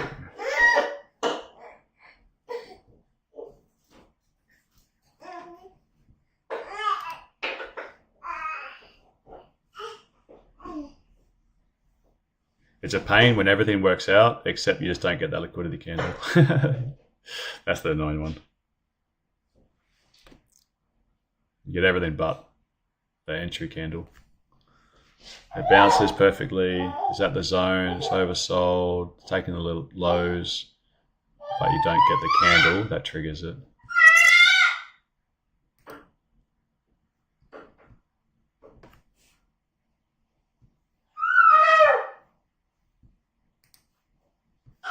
Yeah, the hour candle took the low.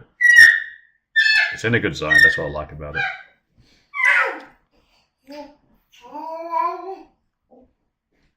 Now, is it going to get trapped or is it going to rise out of here? Or just the sweep?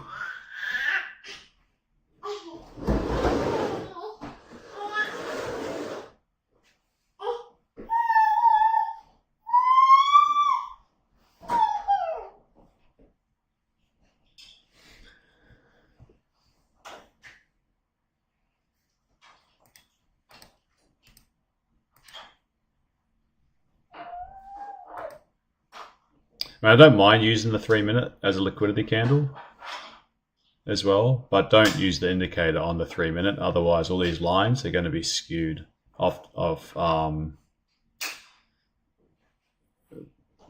the slow is not going to be the same time frame as I was designing it for. So it's engulfed right now.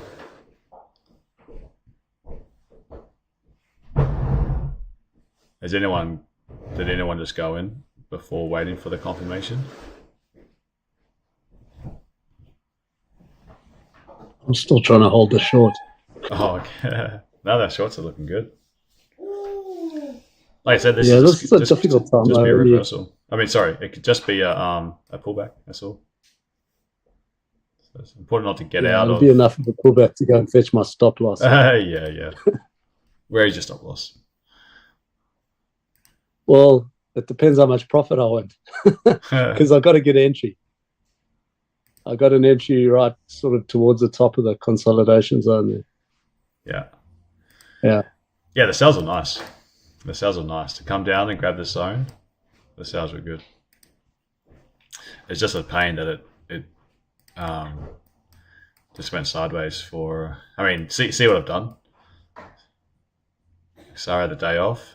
So I've gone way longer than I should have. And I would normally have closed it right there, wouldn't I? That's normally the end of the stream. Yeah. Just before 9:30.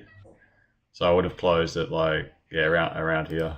I would have closed it probably that candle and then the last half hour.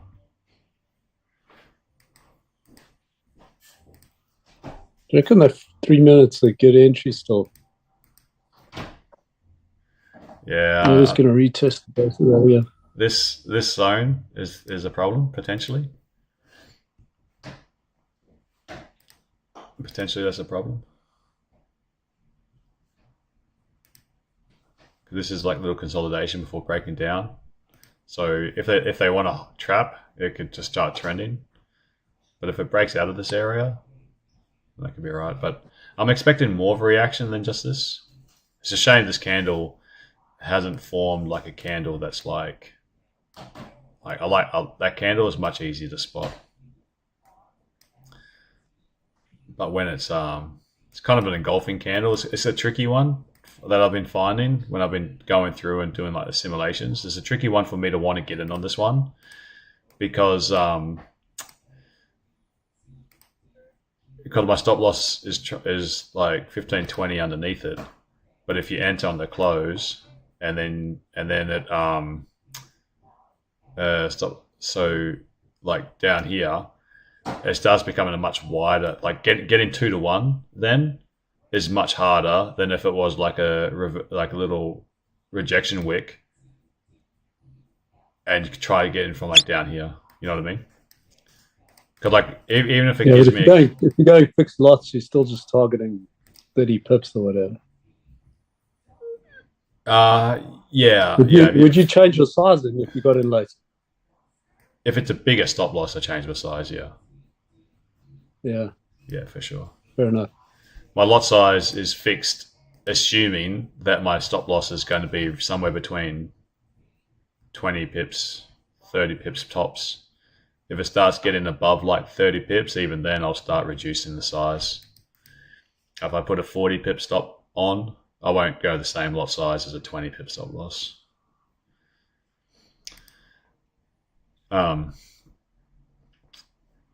If it's a candle that's like this,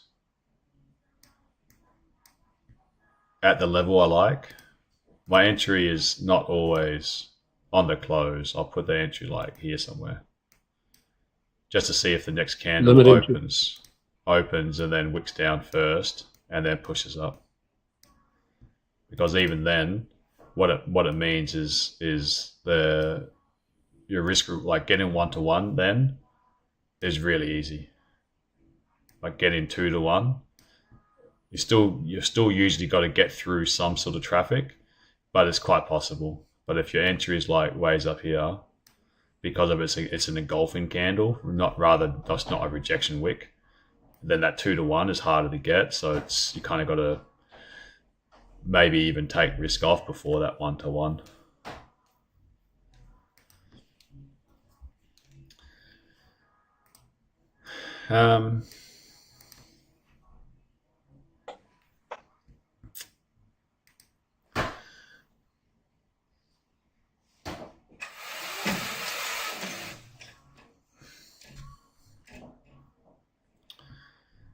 So yeah.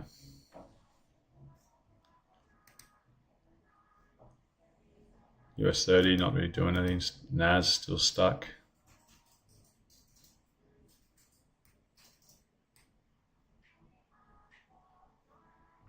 Pound yen, yeah. Not much is happening. I'm gonna go. I need to go have a coffee. I'm not liking the candles yet. I'm liking the zone we're in. I'm liking this zone even more down here as a potential low of the day. But what I'm thinking is if we get price make another leg lower, probably start getting just divergence or something, and then showing a liquidity candle here. I'll take that.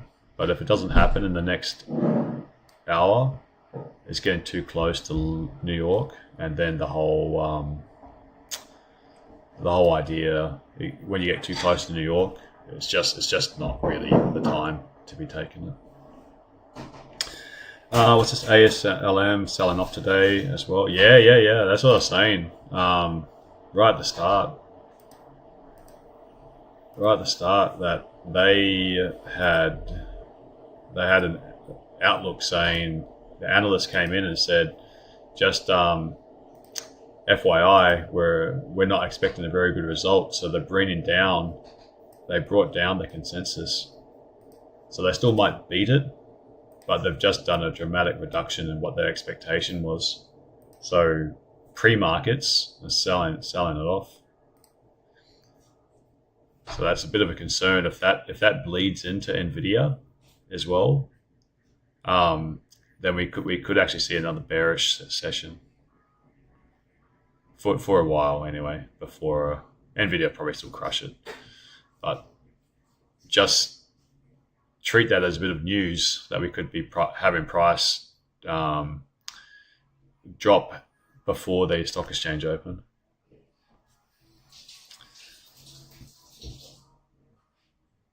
Bummer, man. This is going to bounce off that level. If it can break through here, then it's going to do that retest. It's likely to miss both buys. Missed that one because it wasn't quite lower. And then this one here. Waiting for that 5-minute candle. It's a nice candle. This is that would have been a good one. Anyway, I've been going too long. I'm a bit brain dead.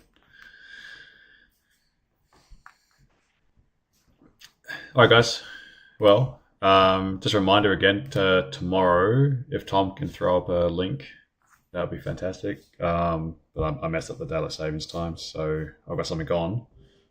But we'll be back on Friday. Okay. Be careful as well because of the euro interest rates. It could be a shitty session again, like today was. Just consolidation for a lot, but hopefully it moves. Anyway, I'm going to scoot. So I will see you guys on Friday. Hit me up in Discord if you need anything. Okay, as always. Cool. All right, guys. See ya. Thanks, Hayden. Cheers, mate. Cheers, everyone. Cheers, Adam.